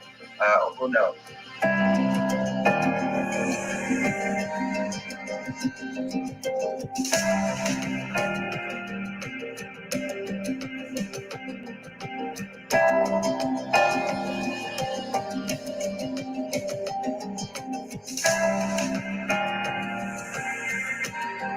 These are also individuals that ride the bus, that sit on public benches, and these are also places where the general public also is as well. And so if you're not paying close attention to the way that this population is moving, if you don't have their best interests at hand, then we're never going to get the virus under control.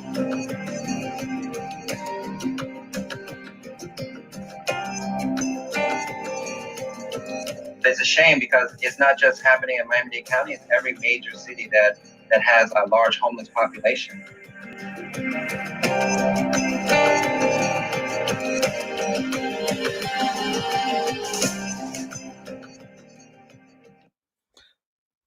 No one's going to love you unless you love yourself.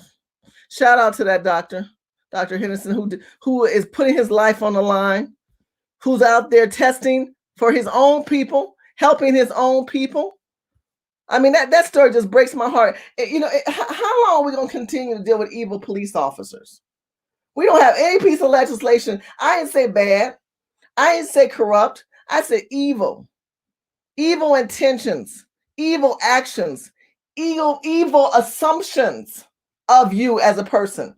Because if that man would have been Jewish, he would have left his ass alone. If he'd have been Chinese, they would have left him alone. He immediately handcuffed that brother, and he immediately took that black man into custody until that black man's wife came out with his ID, not knowing he was probably getting filmed from the house camera. And that's where we have the footage, and that's what we're able to see. And shout out to all you people who are on the front line, our postmen, our bus drivers, people serving food right now, people who are in the transit, who drive trains and planes and automobiles, your stewardess, your waiters. Shout out to you who are on the front line, who are trying to keep the world moving forward. The African Americans who are working in the nursing and the doctors and the surgeons who are out there on the front line. Shout out to you. May God continue to protect you and humble you and bless you in the name of Jesus. I just pray that God's covenant be with you during this pandemic and this evil actions that are happening through this virus that are plaguing in the country. In the meantime, many of us say, you know what? I'm going to make it more specific. I'm going to focus on my own people because I know that they are not testing homeless people. They got too many drive-by testings where we're going to cater to the drivers. That's a different economic platform. I'm going to take myself and put myself in harm's way. Grant you, I'm married. I don't know, this man may have kids and he's young. Did I mention he's a young doctor? He's putting his life on the line. He's getting supplies at his own money. You don't see him say he's funded with some nonprofit. He didn't push no nonprofit. He's using his own money with his own van. You heard him say his own van. And he's funding himself. And what happens? These evil ass police officers who are detrimental to the Black community came along and handcuffed him and eventually had to let him go. So I'm sure it's going to be some kind of class action lawsuit because of that. But the point I want to make is that if we don't have some type of piece of legislation in place, we're being leveraged against right now because of, you can forget reparations because everybody in the world wants reparations. So we need to talk about economic empowerment. We need to talk about free labor law rights given back to our people and the transcending of those labor rights that have been taken away and that we're not having a discussion on, that we're doing tonight. And we need to talk about how we can have our own protection of actions such as this and other actions in the future of money that will not come directly to us. We also need to talk about the actions of people who are impersonating us. Because if you're going to be giving money to illegal immigrants or dark diaspora people who plague on us and pander on our pain, we have to be conscious of that. And we need to bring that back up in people's face, because if we don't, they don't think it ever existed. Shout out to that family who lost their daughter, y'all know, in the 1980s, who was shot in the back from that Korean worker. I've heard Korean, Chinese, whatever nationality. I think it was Korean. Y'all remember that in California?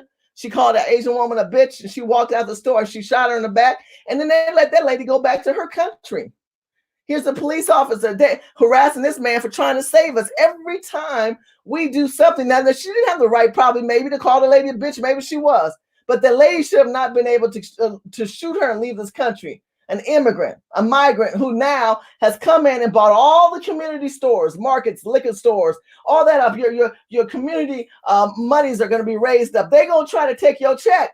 They are happy you Negroes are getting this check because they're going to ask you for cash. Don't come in here unless you have cash. We don't take no card. We want cash. We know you got a check. We want the check.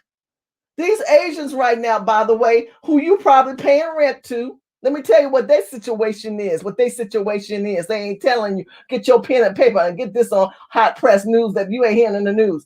These Chinese people in California, if you were to pull up, you'll find out they don't have a mortgage. Because what? They paid all cash for the property. But guess what? I talk about leveraging, and I'm going to use a hypothetical. This is another hypothetical, which I'm not arguing. I'm basing it on hypothetical, which I'm going to say probably is 90 to 80% right. They came here with money because they've leveraged something in China. They own property, they own businesses or whatever in China. And they took that number of money and they translated it into American dollars, and they came here and bought properties, right? Cash.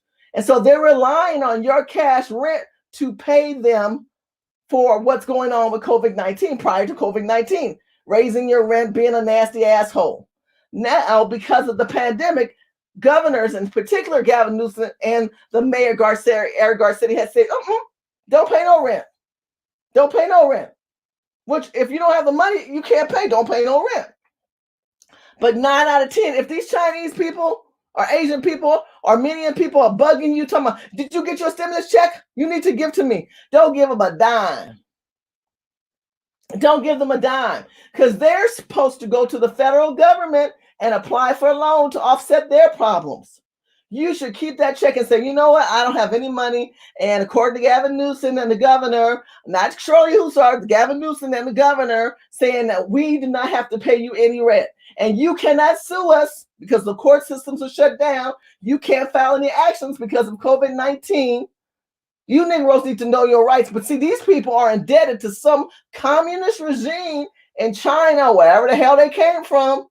That's why they're pressuring you. You want to know why that Chinese person extra nice to you now when he was a bitch and an asshole?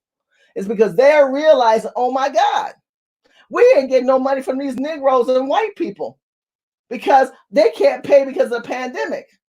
We're going to sue them. We're going to evict them. No, they're not. And let me tell you how deeper it is if you ain't paying attention to the news, at least in California. Again, we're talking about state, not federal, state. If these people are pressuring you, need to remind them and do your own homework, people. Do your homework. Don't take my words for what I'm telling you, but I've done my research. What you need to do is tell them, let me make this clear. The governor stated, I don't have to pay you to the end of the year or a year and a half later. Now, first it was 1 year. Now it's the next end of the fiscal year or something like that. So maybe 2 years away. So when we do come out of this and they say, okay, now we're going to open up the courts or whatever. It may be, because I think we're at 3 months, 2 to 3 months in. So it may be 6 months. You ain't got to pay no rent. And they're going to have to wait for 2 years to get the rears on that. They can put it in the rears. The mortgage people might put it in the rears. But you can say, you know what? I can't pay that. So automatically you just start paying what you can pay. So if you're in that situation, you need to do your homework on your rights, because these immigrants and these migrants and illegal immigrants who may own properties you're residing in, because you don't own the property, you're in the isms. Let's go back to the cartoon. You're in the isms, right? You don't own property. You live in one of the apartments or houses. That's a renter problem. You need to go back and figure out, how can I own property? Now, you might say, I can't afford California. Then your ass need to move. Because in the South, they got properties for $40,000, $20,000. There's some cheap properties. But you ain't looking for no cheap property because you trying to perpetrate a lifestyle. Boo-boo. Look at them damn celebrities right now online. They can't do their hair, their nails, their makeup. They are ungroomed. They're unfit. They're getting fat. They starting to look like what? Me and you. I'm just saying. Because they don't have all the accolades that they had before and how they were living in their lifestyle. You need to pull back. Some of y'all had to learn how to cook. Some of y'all need how to wash and learn to be a little cleaner now. You're washing your ass a little better because you got some of these celebrities, they are nasty. They are clean. They're not as clean as me and you. They have this elitist attitude like, well, why do I need to wash myself? You'd be surprised. What's that girl on The View? On the reel? Let me see if I can find her. She said she don't wash her hands. This is the kind of mindset that we're dealing with in California, where these people have so much money, they're so used to someone taking and bathing and catering to them. Ain't nothing but caterers out there. In the meantime, while they're being capered and catering, you're looking at them saying, well, I can do the same thing. No, you can't. You don't need to follow these people. You need to start thinking for your own damn self, because what you're learning is that they don't have common sense. And you need to wake up and say, okay, I have better common sense than what these celebrities are having and what they're learning, that now that they don't have all these people catering to them, they can't do the same thing. Let me go ahead and show you how this one girl on the reel says she don't even wash her hands. And she bragging about it. I don't wash my hands. I don't clean my body. In that way that the rest of y'all did. When I go to the bathroom, I don't. She purposely said that. This is what I'm saying. These people shouldn't even be in place because they're not trying to make themselves in a position to help us grow as a country. They're trying to be funny. And Girls Trip star Tiffany Haddish recently decided to take a stand against something very important to her: washing your hands. Yes. We need people to wash their hands. Yes. Tiffany came out with a new PSA sponsored by the group People Against Dirty that calls out people who don't take the time to wash up in the bathroom. Haddish sat in an observation room and watched people exit bathroom stalls. Some washed their hands without adding soap, while others skipped the sink completely. Oh my gosh. Gross. Let me tell you, in California, they got that foam soap. You know, I done did my videos on the washing. Give yourself 20 or 30 seconds on the hot warm water. In your houses, you need to set up a safe room for cleaning, when washing your hands and coming out of COVID-19 outside. Give your alcohol containers and spray yourself. But this is before COVID-19. Excuse me, because she probably wouldn't even tell nobody this on this tea on the show. But now COVID-19 is coming in place, and we kind of learned a little scoop on these people. Okay, not Tiffany Haddish, the girl on the reel. Let's keep listening. A little of Tiffany's PSA. Check it out. I'm Tiffany Haddish, and I got one question. Do you wash your hands after using the restroom? Well, today we're going to find out how many people keep it clean when they think no one is watching. All right, here we go. He's handsome. Got that good hair, looking like Jon Snow's thick cousin. Oh, no, he didn't. You go back to the wall. You go back to the wall with the rest of them nasty men. He did not wash his hands. Let me tell you. This is what's going on in America. This is why we sick. This is the problem.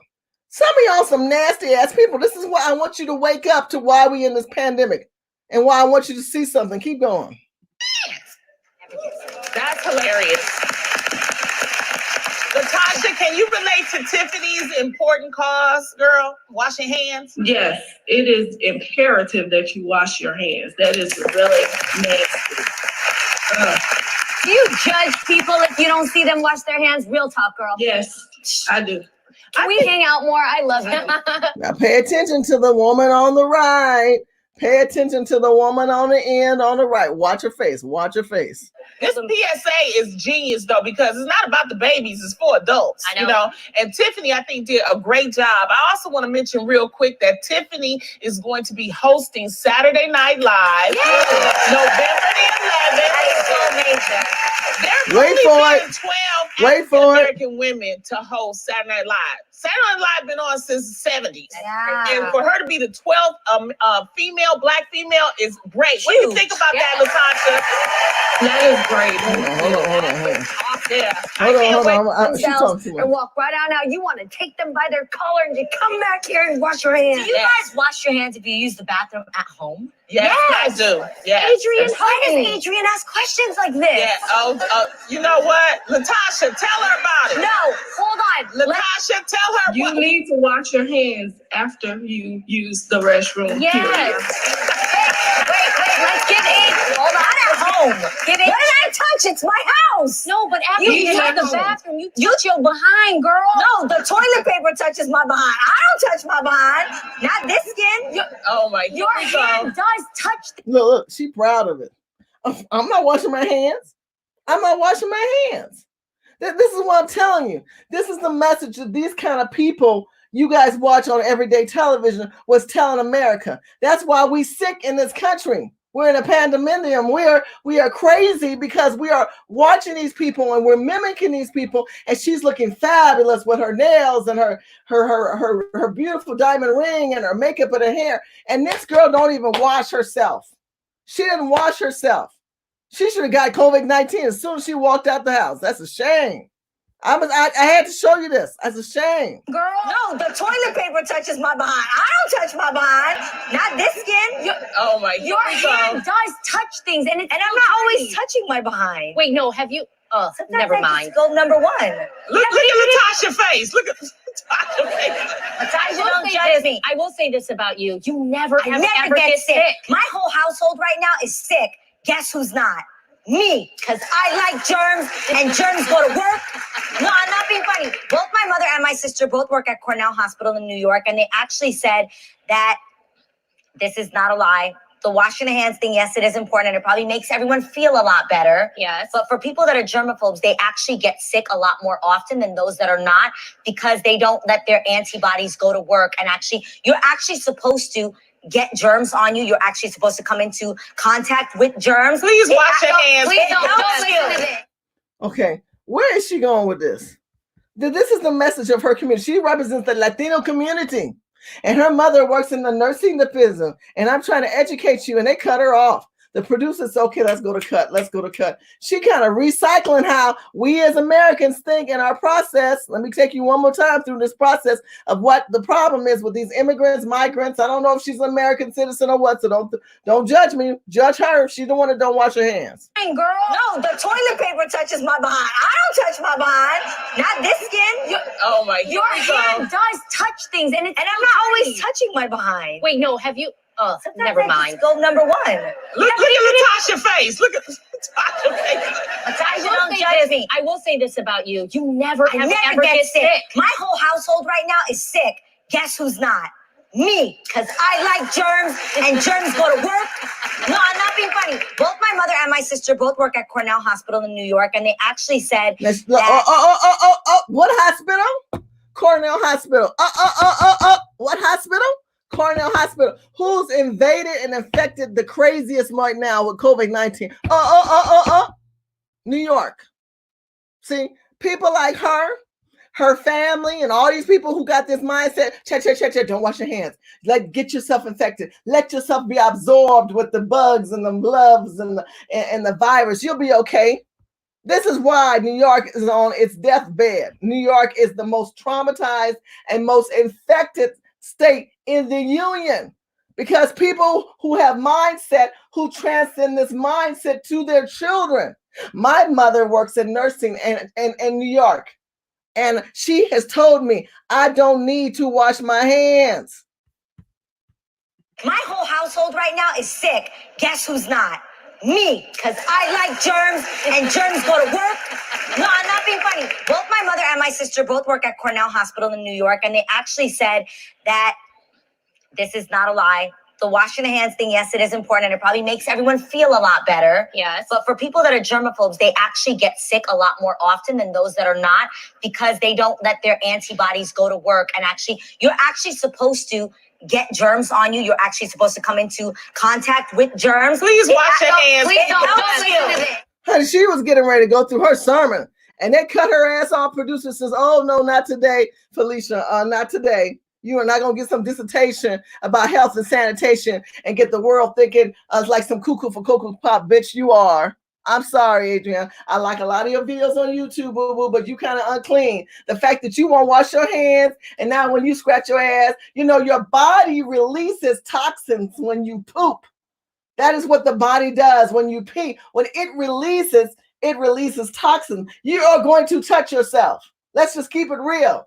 Oh, man, it's time for me to wash my hands. You ain't got to do that. You know, it should be second nature. You poop, you wash. You clean, you wash. You touch, you wash. But now America has transcended with people who are in the nursing. She admitted, my family members are in nursing, and they don't wash their hands. They said, let yourself get germified. Let the virus flow. Let your soul flow. Oh, that's a different movie, huh? Anyway, they can say, no, show me Soul Glow. I know what I'm singing. Shout out to Coming to America. 2 that's going to be coming out. Don't know when. I can look forward to it. And I pray it's good. Here's someone who believes in letting the germs just flow and let the virus flow. Well, that's why your asses are dead. That's why you Negroes are dead. You commune with these people who don't understand the importance of health and sanity. Please wash your hands and keep your ass at home. Keep your ass at home, because you got black people lying to people and getting them out there and having us be sick and dying. Let me show you another story. Well, we got this Negro pastor who basically said, hey, Forget COVID-19. It's a lie from the devil in the name. You can keep your ass home. Let me show you how this man lied, and he's a pastor, and said you don't need to believe in COVID-19 because it's all fraudulent. Is it, Pastor? Is it? Let's hear what happened to this man right here. What's going on with this pastor right here?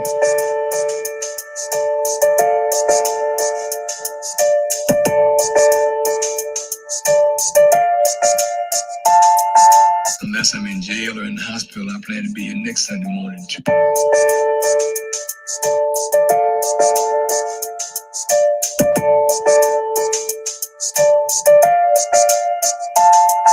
Unless I'm in jail or in the hospital, I plan to be here next Sunday morning too.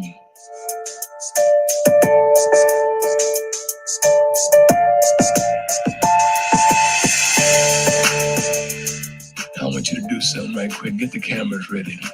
Yeah, I want the people to see who's here today.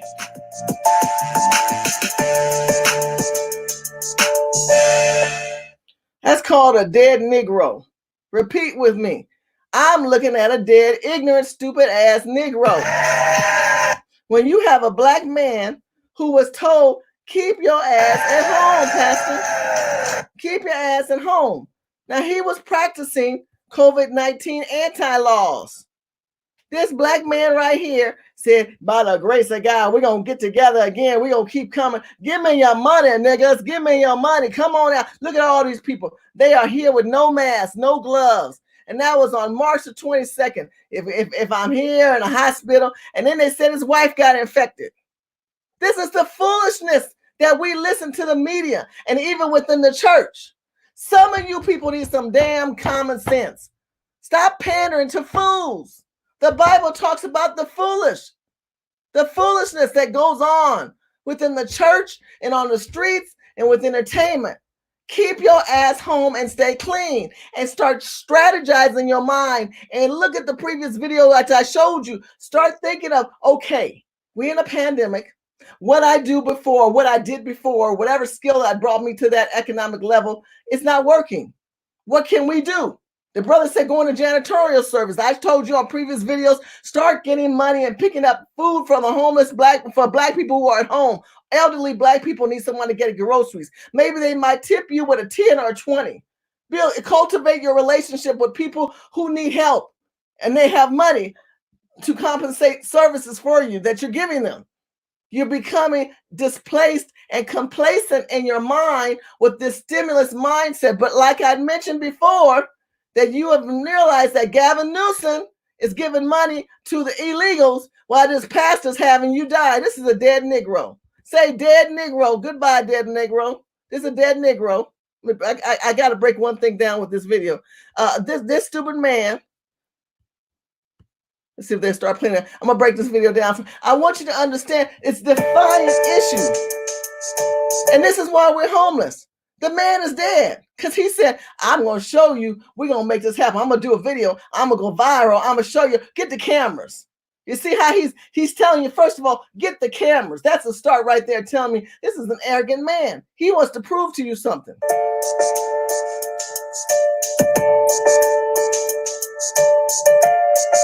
Richmond, Virginia. Unless I'm in jail or in the hospital, I plan to be here next Sunday morning too. He should have said, or unless I'm dead. He didn't do that last one because you became the latter. Your ass is old, you didn't stay home, and you probably didn't wash your hands because you were watching the reel.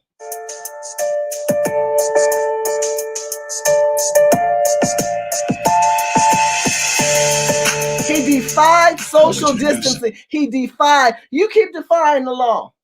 You think you all that? I'm a white man. I'm immune. This is why we did, because we got ignorant Negroes like this one who defied the law of government. Yeah, I want the people to see. I want you to see who's here today. I got the cameras out. I now am a dead Negro. Well, goodbye, dead Negro. Goodbye. You wouldn't have had to die. Now his daughter is urging people to stay home. Now your daughter's got some common sense. She's realizing, oh my God, my father's dead for his foolishest ways. And you can see this was a big church. That man wasn't getting no checks. That's what that was about. Y'all know the real deal. Let's talk real money. This is about checks and money. Money. That's all this man was about. That's why he wanted you to come back. He didn't believe that people would die in their mats in the way that he was. And his ass was old. This man was in that time frame, was 60s, almost 70. Come on now. Come on now. You cannot rely on foolishness. My people, we cannot rely on foolishness, because foolishness and assumption is the root of all evil. These people who will have you on this journey, have you in the ground faster than somebody else, because you didn't use what? Common sense. You didn't use common sense. I'm going to open up the chat room now, and I'm going to put in the thread. If you want to come on and talk with me and join, if you're out there, you're more than welcome to come on. Shout out to all you guys who are out there putting your comments and your information out there. I really appreciate it, because you guys add a lot of value to the table. He was 67, not even 80. Yes, Deborah, almost 70. Like I said, almost 70. But you know, he displaced himself. The buffoonery, some bull crap. And the other shit talking about don't wash your hands. Look, if we don't value our life, who will? You had a doctor out there in the streets trying to help us, and the police stopping them. If we don't value our lives, who will? Who will? Because if we don't value our lives, we're going to find ourselves dead. And then we're going to listen to this foolishness of pastors. Let me show you another story. You said, dang, Shoham, I got to wake my people up.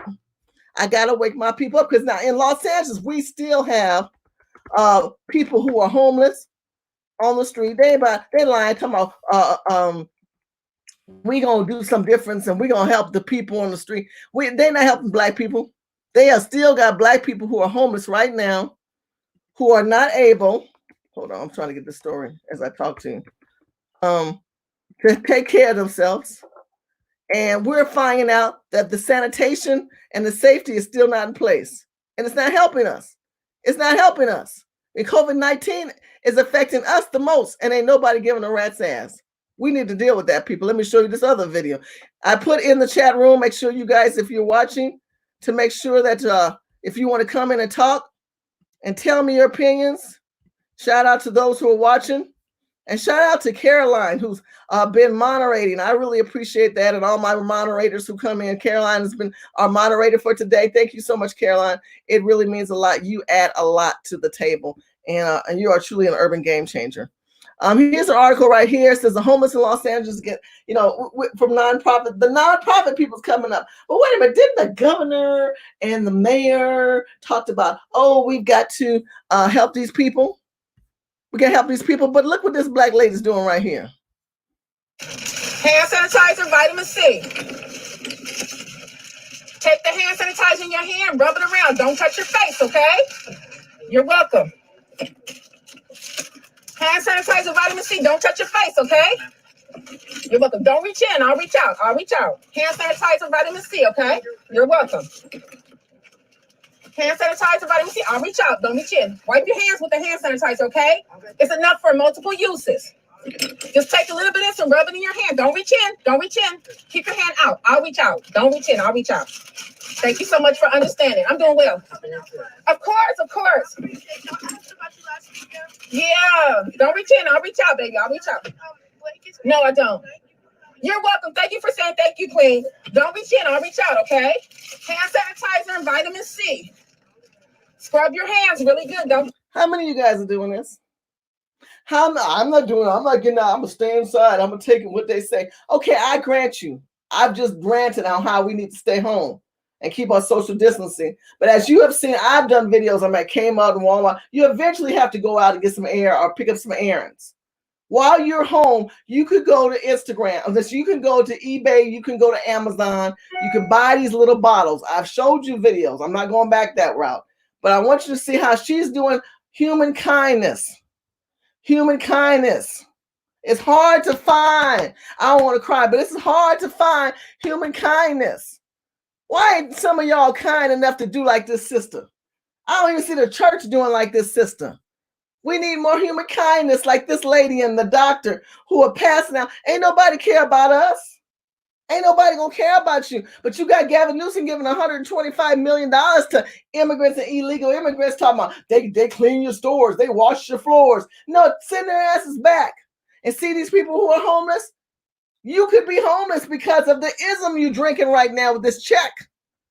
You're going to get caught up into the ism, and you're not going to be able to pay your bills. You're not going to be able to come out of the situation where I don't have a job. I can't pay the landlord what I past owed him, and I can't pay him what I can future owe him because I don't have a job.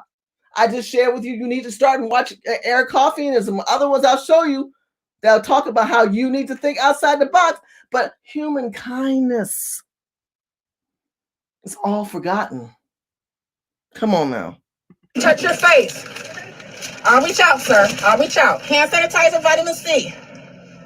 Okay, y'all. Hand sanitizer, vitamin C. Make sure you wash your hands really well. Make sure you wash your hands, okay? Don't touch your face. Okay, don't put your hand in. I'll reach it out. You said we're what? Oh, you're welcome, baby. He said you're a true soldier. Okay, rub this hand sanitizer.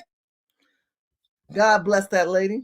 God bless this lady. Bless this sister. Her name is Shirley Rain. If you guys don't know Shirley, Shirley's out there. She does a lot for the Black community. Shout out to her. I love her. If you want to give money, give something to Shirley because a lot of us may not be able to do what Shirley does. She's washing homeless people's hair. She is making a difference in the community. What difference are you making in the community? Because if you ain't making no difference in your community, you failing. You failing, boo-boo. You don't realize this woman's out there. She's with homeless people. She's setting up salons on the street, washing people's hairs for the homeless people. This is what I'm talking about, human kindness. When the government doesn't step up for us, then who should? Because right now, the government ain't stepping up for us. The homeless people are being stepped up by Gavin Newsom. They ain't stepping up for us when I just showed you the detrimental numbers that are affecting our community. But here we have this particular lady who has set up on the streets of Los Angeles. She's out of LA, by the way, and said, I'm going to dye some people's hair. See how pretty you look, mama? See how she's looking around? See how pretty you look? She doesn't even care what ethnic background they are. She's helping people through human kindness. And if we can't do that, then what good are we as citizens of this country? If we don't start waking up and having conversations for the actions that are before us.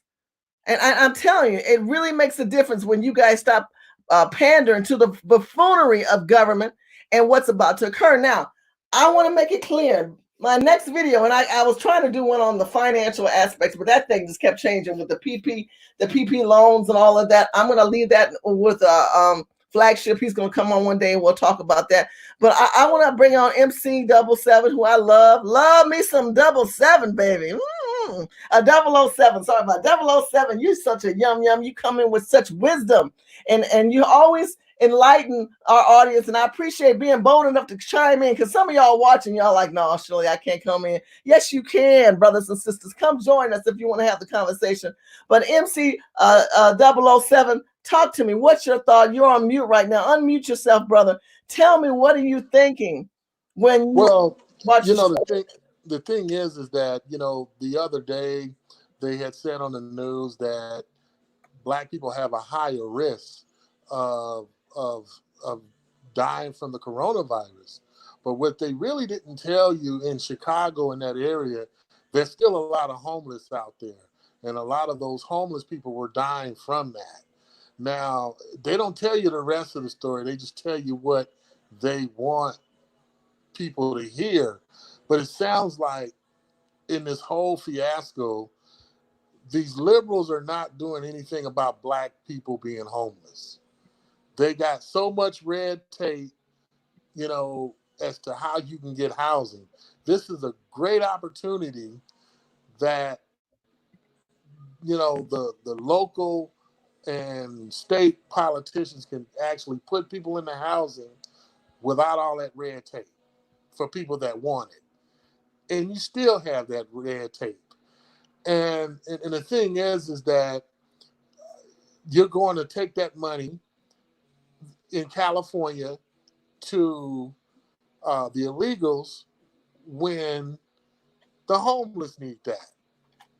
And you literally have people that may have living in their cars. You got a lot of Black people living in their cars or motorhomes and don't have a home. And they can't even get a check. They can't even get a check because they don't have an address. So I mean, there's a You know, lot of, and that's a good point. I didn't think about that. They don't have an address. That's true. you know, Oof. and so where, you know, how they going to get a check? So who's going to reach out to them?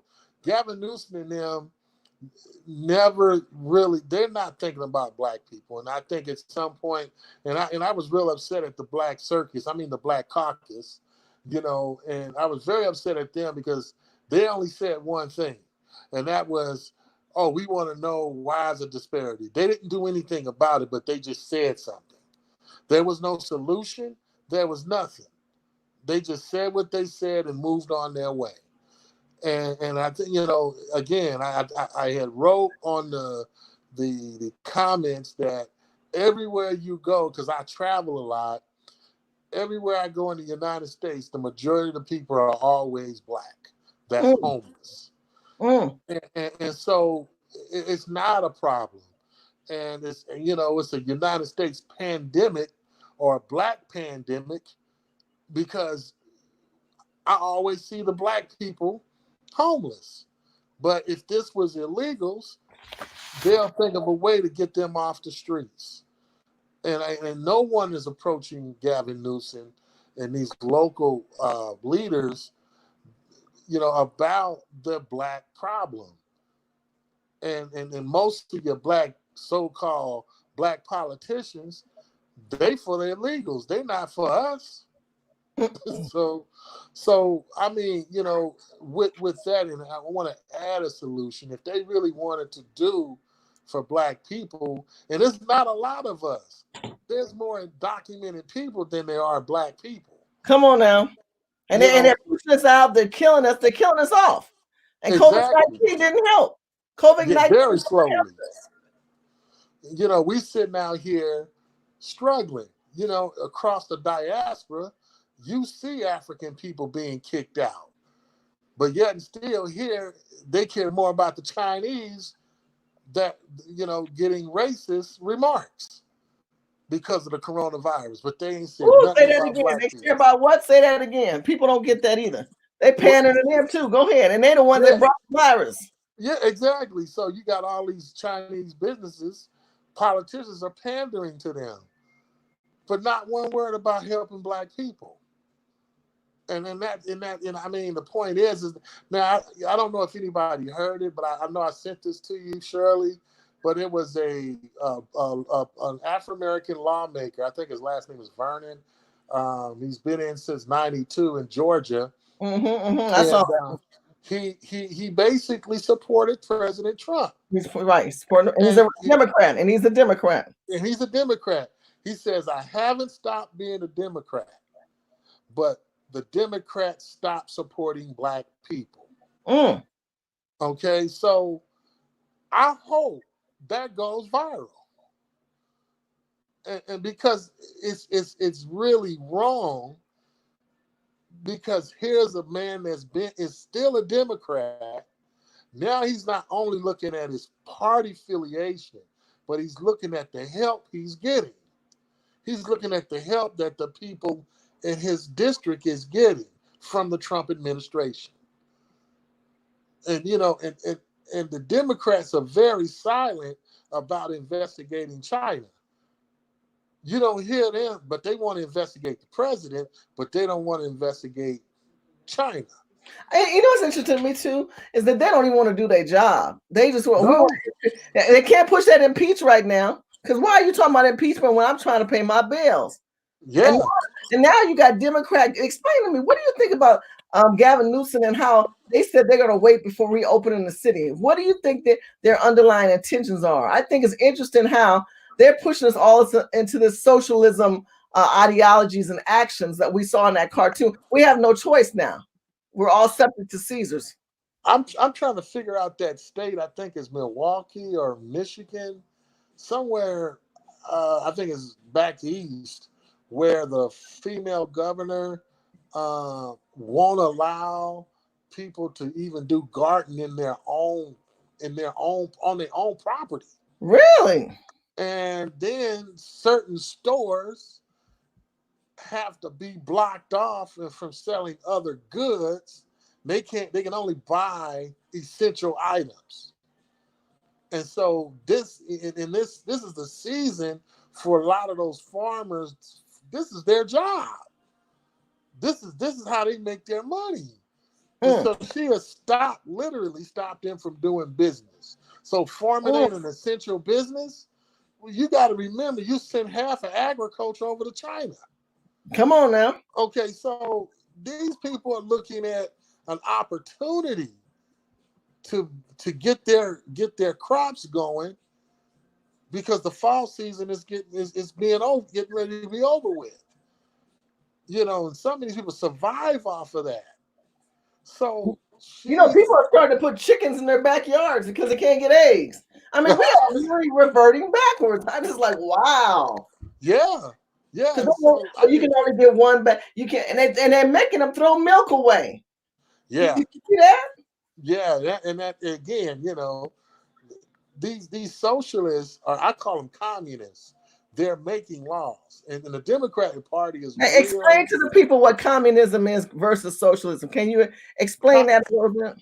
Communism is an order where a leader basically will write and redefine a person's rights, meaning that you don't have anything you thought you had. You don't have any rights. I give you your rights. Communism, and that's the way, because I don't believe that Democratic Party, they're gone beyond socialism. The reason why they're running all these people into this country, poor people into this country, is to make poverty bigger, so they can depend on them. And so you can run a communist order like that. And so you can order them around because they're dependent on you to take care of them. That's communism. And so you're designing, you're redirecting, you're getting rid of the Constitution, and you're basically poor people, their frame of thinking. When you get enough of them, you get crime, you get a lot of black market. If you go back to the 1920s when they did prohibition, it was, the black market was big. And so there were a lot of people in the underworld that was making a lot of money. And there was a lot of crime. It was not only a lot of crime, there was a lot of people getting killed. Yes. That was one of the reasons why they had to stop prohibition of liquor, because there was too many people dying because of that. So, and I honestly believe, because I mean, them taking the right away for you to drink and do all that, that's wrong. Them taking. So are we moving towards that mindset today? Are we moving towards that type of communism today? Do you see that yourself? Because I kind of see that. Oh yeah, I see it. I see it blatantly, because they're mad at Trump for wanting to reopen. They want to keep this going, and if you keep this going, that's suspect. And so Garcetti said he's going to do another 30 days. So Gavin Newsom, where it's not transparent, Gavin Newsom is saying, well, it's, they're going to start to open the restaurants, but they're not going to. You get a paper menu. You won't get anything that's recyclable. And what's with that? I mean, you're going. What? Come on! Now that's more trees cut down. Yeah. Oh yeah. Who's going to pay for that? Oh, the owner has to absorb the cost of redesigning his business. Oh, look, we already got restaurants in California, so they ain't gonna reopen. People have been there a long time. Gavin Newsom is not a businessman. He's not for small businesses, and he's getting his money from corporations. So that let me say this about the Democratic Party. The Democratic Party does not know how to manage money. They stay broke. They don't meet their payroll. Neither of all these candidates that actually ran for the presidential, they had to do it on their own. The Democratic Party did not. Okay, so the thing is that the Democratic Party is very mismanagers of money. Very mismanagers of money. And the thing is that they will get lobbyists, or these lobbyists will go and get these big corporate people that like free labor. That's why they change the way they do things. And that's another reason why that Democrats said, hey, they're not doing anything for black people anymore. They gave up on us. We're not the narrative anymore. So say that again. Say that we are not the narrative anymore, y'all. So you understand what I'm saying? See how they shifted? Even not the NAACP, yeah, even the NAACP, the National Negro Organization, right, has focused on the immigrant. Now we're the people of color. They're utilizing what used to mean black people. It's truly now the people of color. So right. Where do we get in the narratives? Because see, the challenge with government and programs, which Eric Coffey, who I love, they have money set aside for minorities, but now they're the minority. And now we're getting the minority, which is the bulk of the pie, we're getting a sliver. That's a problem. Right. Well, the thing is that China, a lot of Chinese women have their babies here. They call them vacation babies. And the Russians too. Absolutely. Yeah, the Russians. And the Mexicans and all the rest of them. Go ahead. Well, see, here's the thing. We call them anchor babies. But here's the thing with Hispanics coming across the border versus Russian and Chinese. Russian and Chinese have permission to come here and have a baby. These illegals coming across the border don't have permission. And the only one that's actually peeked that out is the Trump administration. They're trying to do something about that now. Now, my thing is that China wants to take countries because they didn't, excuse the way I put this, they didn't F their country up and got too many people in it. That's why they having the issues over there in Africa. Well, hold your thought. Let me ask you about this. Let's go back to China. Now, China caused this pandemic. We know that because of war on China, and we've been talking about this since January. Anybody who's been on Team Shirley has known that we've talked about this. But now, look, they slick. They said they come out of it. They making the mask, and now they having us become consumers, and they sending us more infected stuff. Do you think this was strategy to say, oh, let's infect the world, and then have them be dependent on us to compensate them for the problems that we're having? What's your thought on that? Being a retired Marine, yes. Yeah. Wow. My thing is that it's an act of war, and that's the way Trump is treating it, is getting ready to treat it, because Europe right now is looking at war crimes against China. Okay, and the thing is, China's in some trouble. Okay, because I ended up reading an article. It was because the World Health Organization knew China had something going all the way back to December. Okay, so they kept it I on really believe that, but hold on. I really believe that goes back further than that. I think they knew in September, and not just September. They knew all that stuff.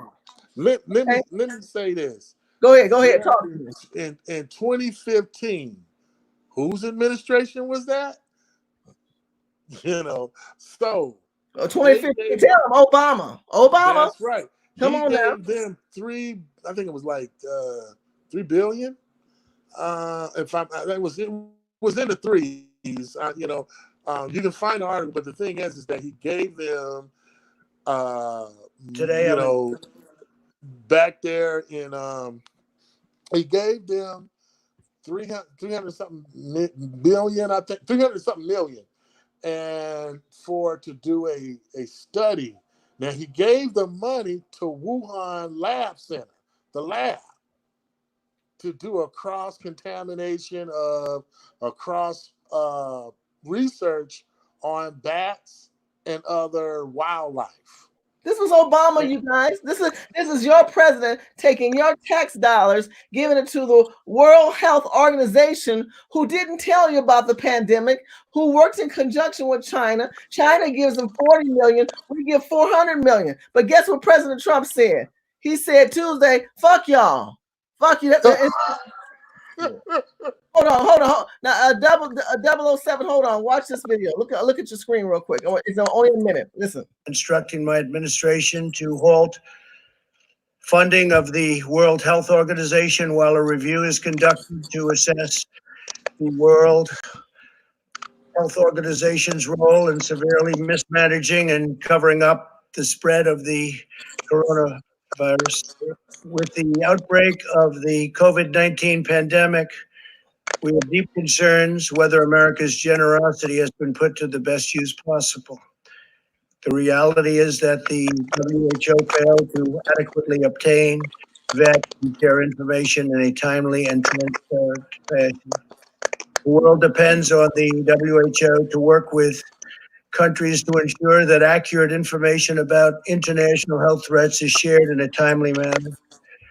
And see, the world relies on the WHO. The world. That's why it says the World Health Organization. This is a world pandemic that we're in. And people start yelling at Trump behind us, like, so let's make this clear. When you are a leader or a statesman, you rely on your troops and organizations to do their job. It is not Trump's job to micromanage the health industry. That is why the World Health Organization was in place before this man was president.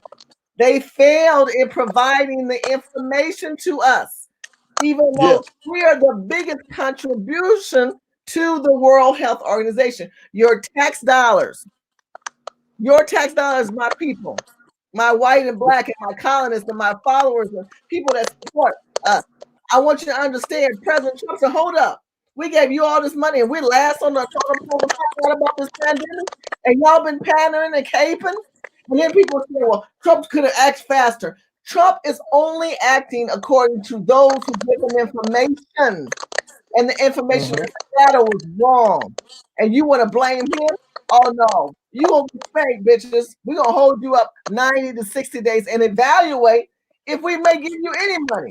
Because if you ain't gonna care for me, I'm the one backing you. I'm bringing in, I don't know, what, 60, 80% more than anybody else? I'm 100% 12. I mean, come on. What you thinking, 007? What's your thought on that? Now, you notice those two doctors haven't been by his side for the last conferences he's had. Today, you didn't see those two doctors. I don't know where they at. But the fact is that from what I hear on the news, that they're in question because what the Attorney General is investigating is because he was talking about Bill Gates wanting to put chips in people that has recovered from the coronavirus. And the Trump administration and the AG had stated, no, we're not going to allow that. People don't know how close. If Hillary Clinton had been president, right now we would be in a state of panic because we would, this is communism, we would have to go get those shots. People don't know that Trump has actually saved a lot of lives. Okay, yet and still, the Democrats are so quiet, you can hear a rat pissing on medicated cotton. Come on now, medicated cotton. Talk to me, brother. So, I mean, it's they're not saying a word. And that's suspect. You know, and everybody want to know how it got here. Everybody want to know why did it take so long for them to say anything about it. And World Health Organization was in communication with the Chinese president during the outbreak. And he wrote letters, he wrote things. And all of a sudden you got media people over there in China, doctors, nurses, you can't even find them. So there's nobody for them to question. So they hitting these people. And so at some point, you know, there's a big issue. And I mean, you know, American people, particularly all these people that want to continue to vote Democrats are very dangerous. They're not the party that was once upon a time 70 years ago. They got another group of people here that came from communist countries, and they're carrying the ideology of communism. So and they're real buddies with China. So they want to get something like China. And the thing is, you got to ask yourself why they quiet. You got to ask yourself, why hasn't anything been done during the Obama administration? Obama administration gave the blood and soul, all the jobs away over to other countries. That's true. That's very true. And so you have you have all these jobs that are here now. More likely, lower skilled labor. It's not that black people don't want to work. It's just that the lower skilled labor, these Hispanics ain't gonna hire nobody. I have a cousin that tried to get a job in McDonald's. They ain't gonna hire. They didn't hire him. He went through several places where there's low skill, and it's really hard for him to get just low skilled labor. Well, this is another thing too. They do inside trading. They only hire their own people. Okay? Exactly. Or they'll tell you don't speak English. Look, now you're gonna give them money because of COVID-19. No, send their ass back. Do patriotism and say go back to Mexico and let them fix you. Now, repatriate their ass. What Gavin Newsom has said about it. If you're Mexican and you are illegal in another state, and he said it's the first of its kind, you're gonna drag more than people into California. Yeah. To them. They caping to them. Come on now. That's messed up. The sheriff of Los Angeles County got up there and said, hey, it's going to be a spike in crime. This is the same joker that sat up here and said he didn't want ICE in the jails. It was already a spike in crime when you took office. Okay. Stupid idiot. So, I mean, what are you talking about? So you have a lot of communist leaders. Socialists. We can call it socialism or communism. It really doesn't matter at some point because they're willing to give anything away to somebody that don't belong here. And the thing is that they have, in the state of California, they've ignored black people. We are subhuman, right? Yeah. We're looked upon as subhuman.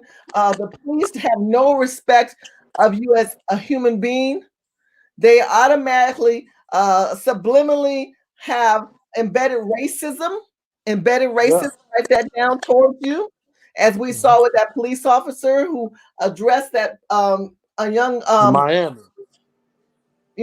But if we do not put legislation in place, if we don't call an action now with the top leaders on social media, and I'm going to work with some people, and I want to see if you guys would support me in this action of us talking about economic empowerment plan, that we need to address all the governors state by state and the president of the United States, and reach out to Nicole Frazier, who's the African American liaison representative for the White House. We're going to reach out to Nicole, and I'm going to work on seeing if we can get all of us out here in our group to reach out to Nicole and say we want an economic empowerment, and we want it conducted by us, not the not these young millennials getting chicken dinners in a red hat. Us who are activists on the street who have a plan of action. We want money from the state and the feds because we are what's the most infected by COVID-19. And unless we start having that conversation of execution, all we're going to do is just be what we're doing now. We're just talking and enduring. Because as we get these checks, who's going to get rich? The Chinese, the Armenians, the Mexicans. We're going to go caper it, and we're going to spend our money with them because we don't have the stores. We don't have the market. We don't have the businesses. I saw two line in their pockets with this madness. I saw two black businesses close Friday. And they said they're not going to be able to go back into business. And that just really, really hurt me, because when I hear all these so-called people of color getting help, there's nothing to directly help black people, because see, here's the thing. Chinese, Koreans, even Mexicans, they got their banks here. Come on now. And so through those banks, they get grants. So they, it's pretty, when you bring your bank over here, you pretty much brought your country here. Right. So now, wait a minute. Now you got your neighborhoods with all the names of the streets in California. They done named street Little Armenia, Little Chinatown, and now you got your banks, and now you got your business. But with them Negroes, they gonna get their checks and they gonna spend it with us. Is that recycled black dollar? No, that's recycled Mexican, Chinese, Armenian, illegal immigrant dollar. That's what that is. That's what that is. If y'all don't understand ABC on that notion. I tell people, I'm blessed. I get a retirement and as well as VA benefits. I'm blessed, but I know a lot of people that's not. That's my color. And I talked to some brothers and sisters today. They're not getting a check because they live in their car. Okay, so it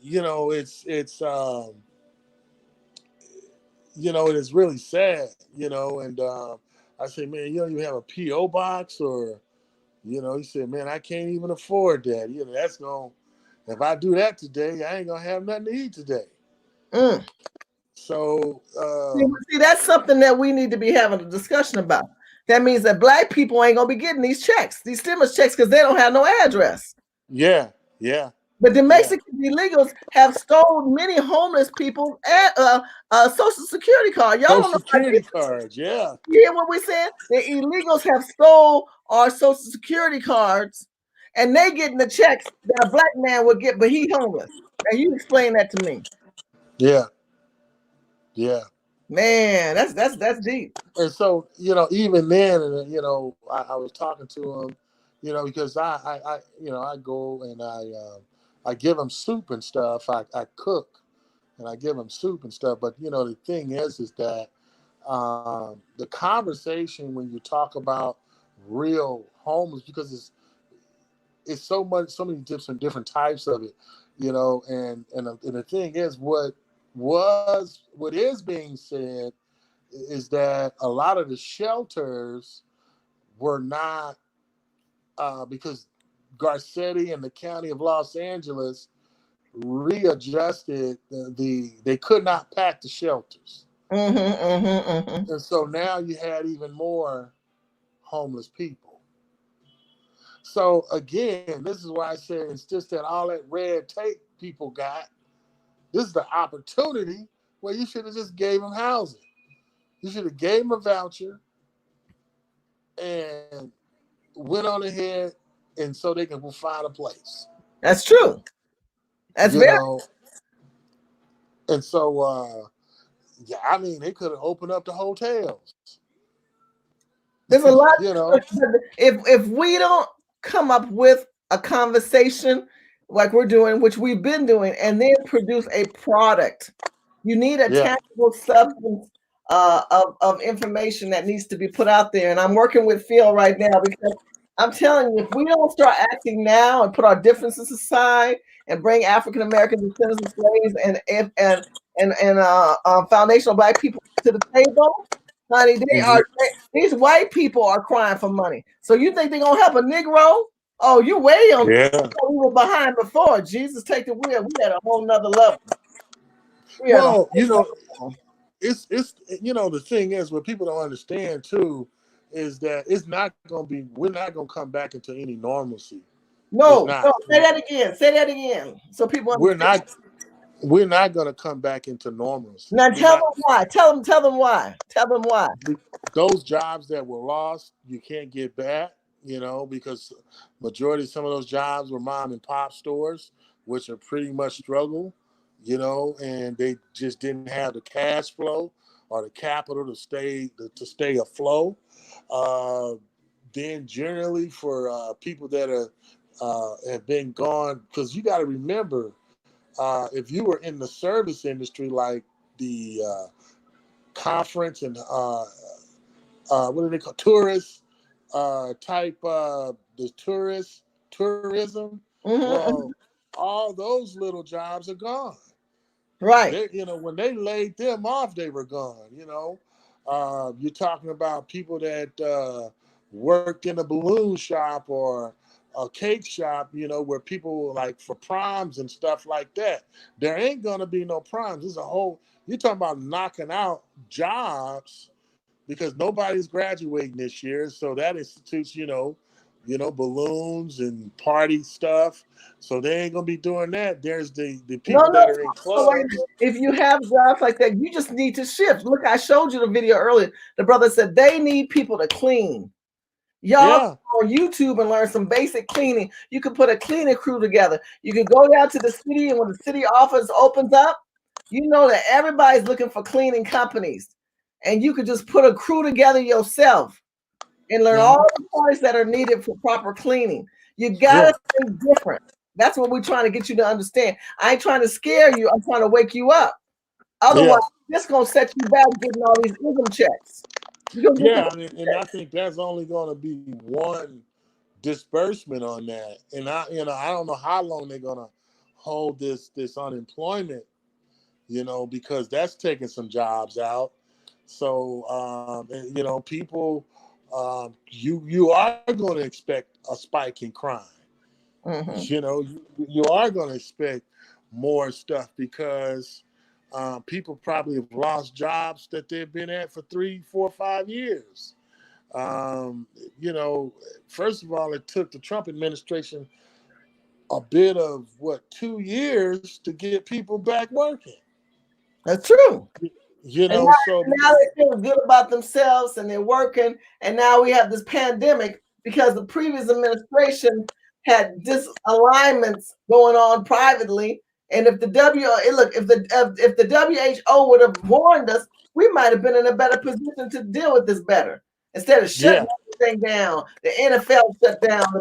I mean, y'all don't get it. We are shut down for the year. So stop thinking March or May or June or July. Just start thinking you screw for the rest of the year.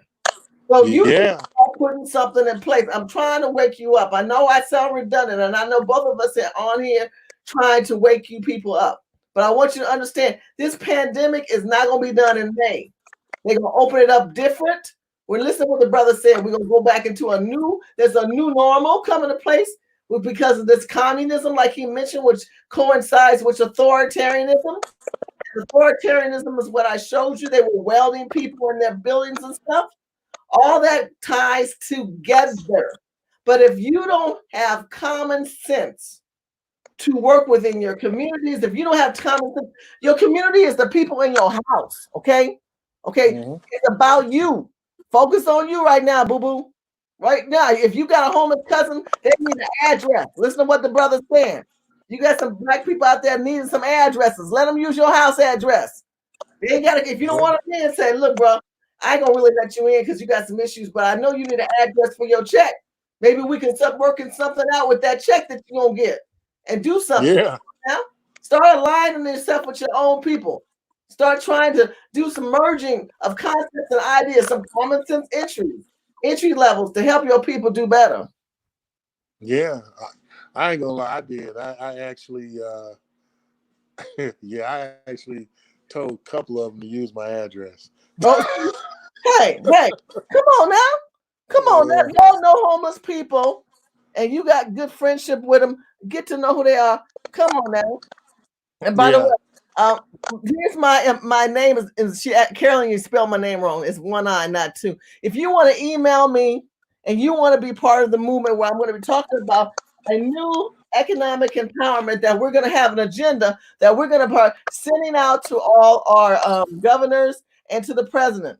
We need to start a petition of money that needs to be set aside for our people regarding our issues because they are caping for the illegals in California, wanting to be the template for the rest of the country. Remember, Gavin Newsom is Nancy Pelosi's nephew, and Nancy Pelosi is what? Head of the Democrat Party. Okay. Yeah. She's the Speaker of the House. So you got to understand there's some caping going on behind the scenes as he smiles and grins and tells you we got to help these illegals. But if you're not going to be about putting black people first, if you're not going to be BF1, I say black family, not black people, not black individuals, because then you got black people of these certain groups and A, B, C, D, E, F people. We're talking about black families have to come first. And if we're not coming first, we're going to fail our situation. I want to show you one more thing. We're coming to the end of the video. Thank you so much, Double Seven.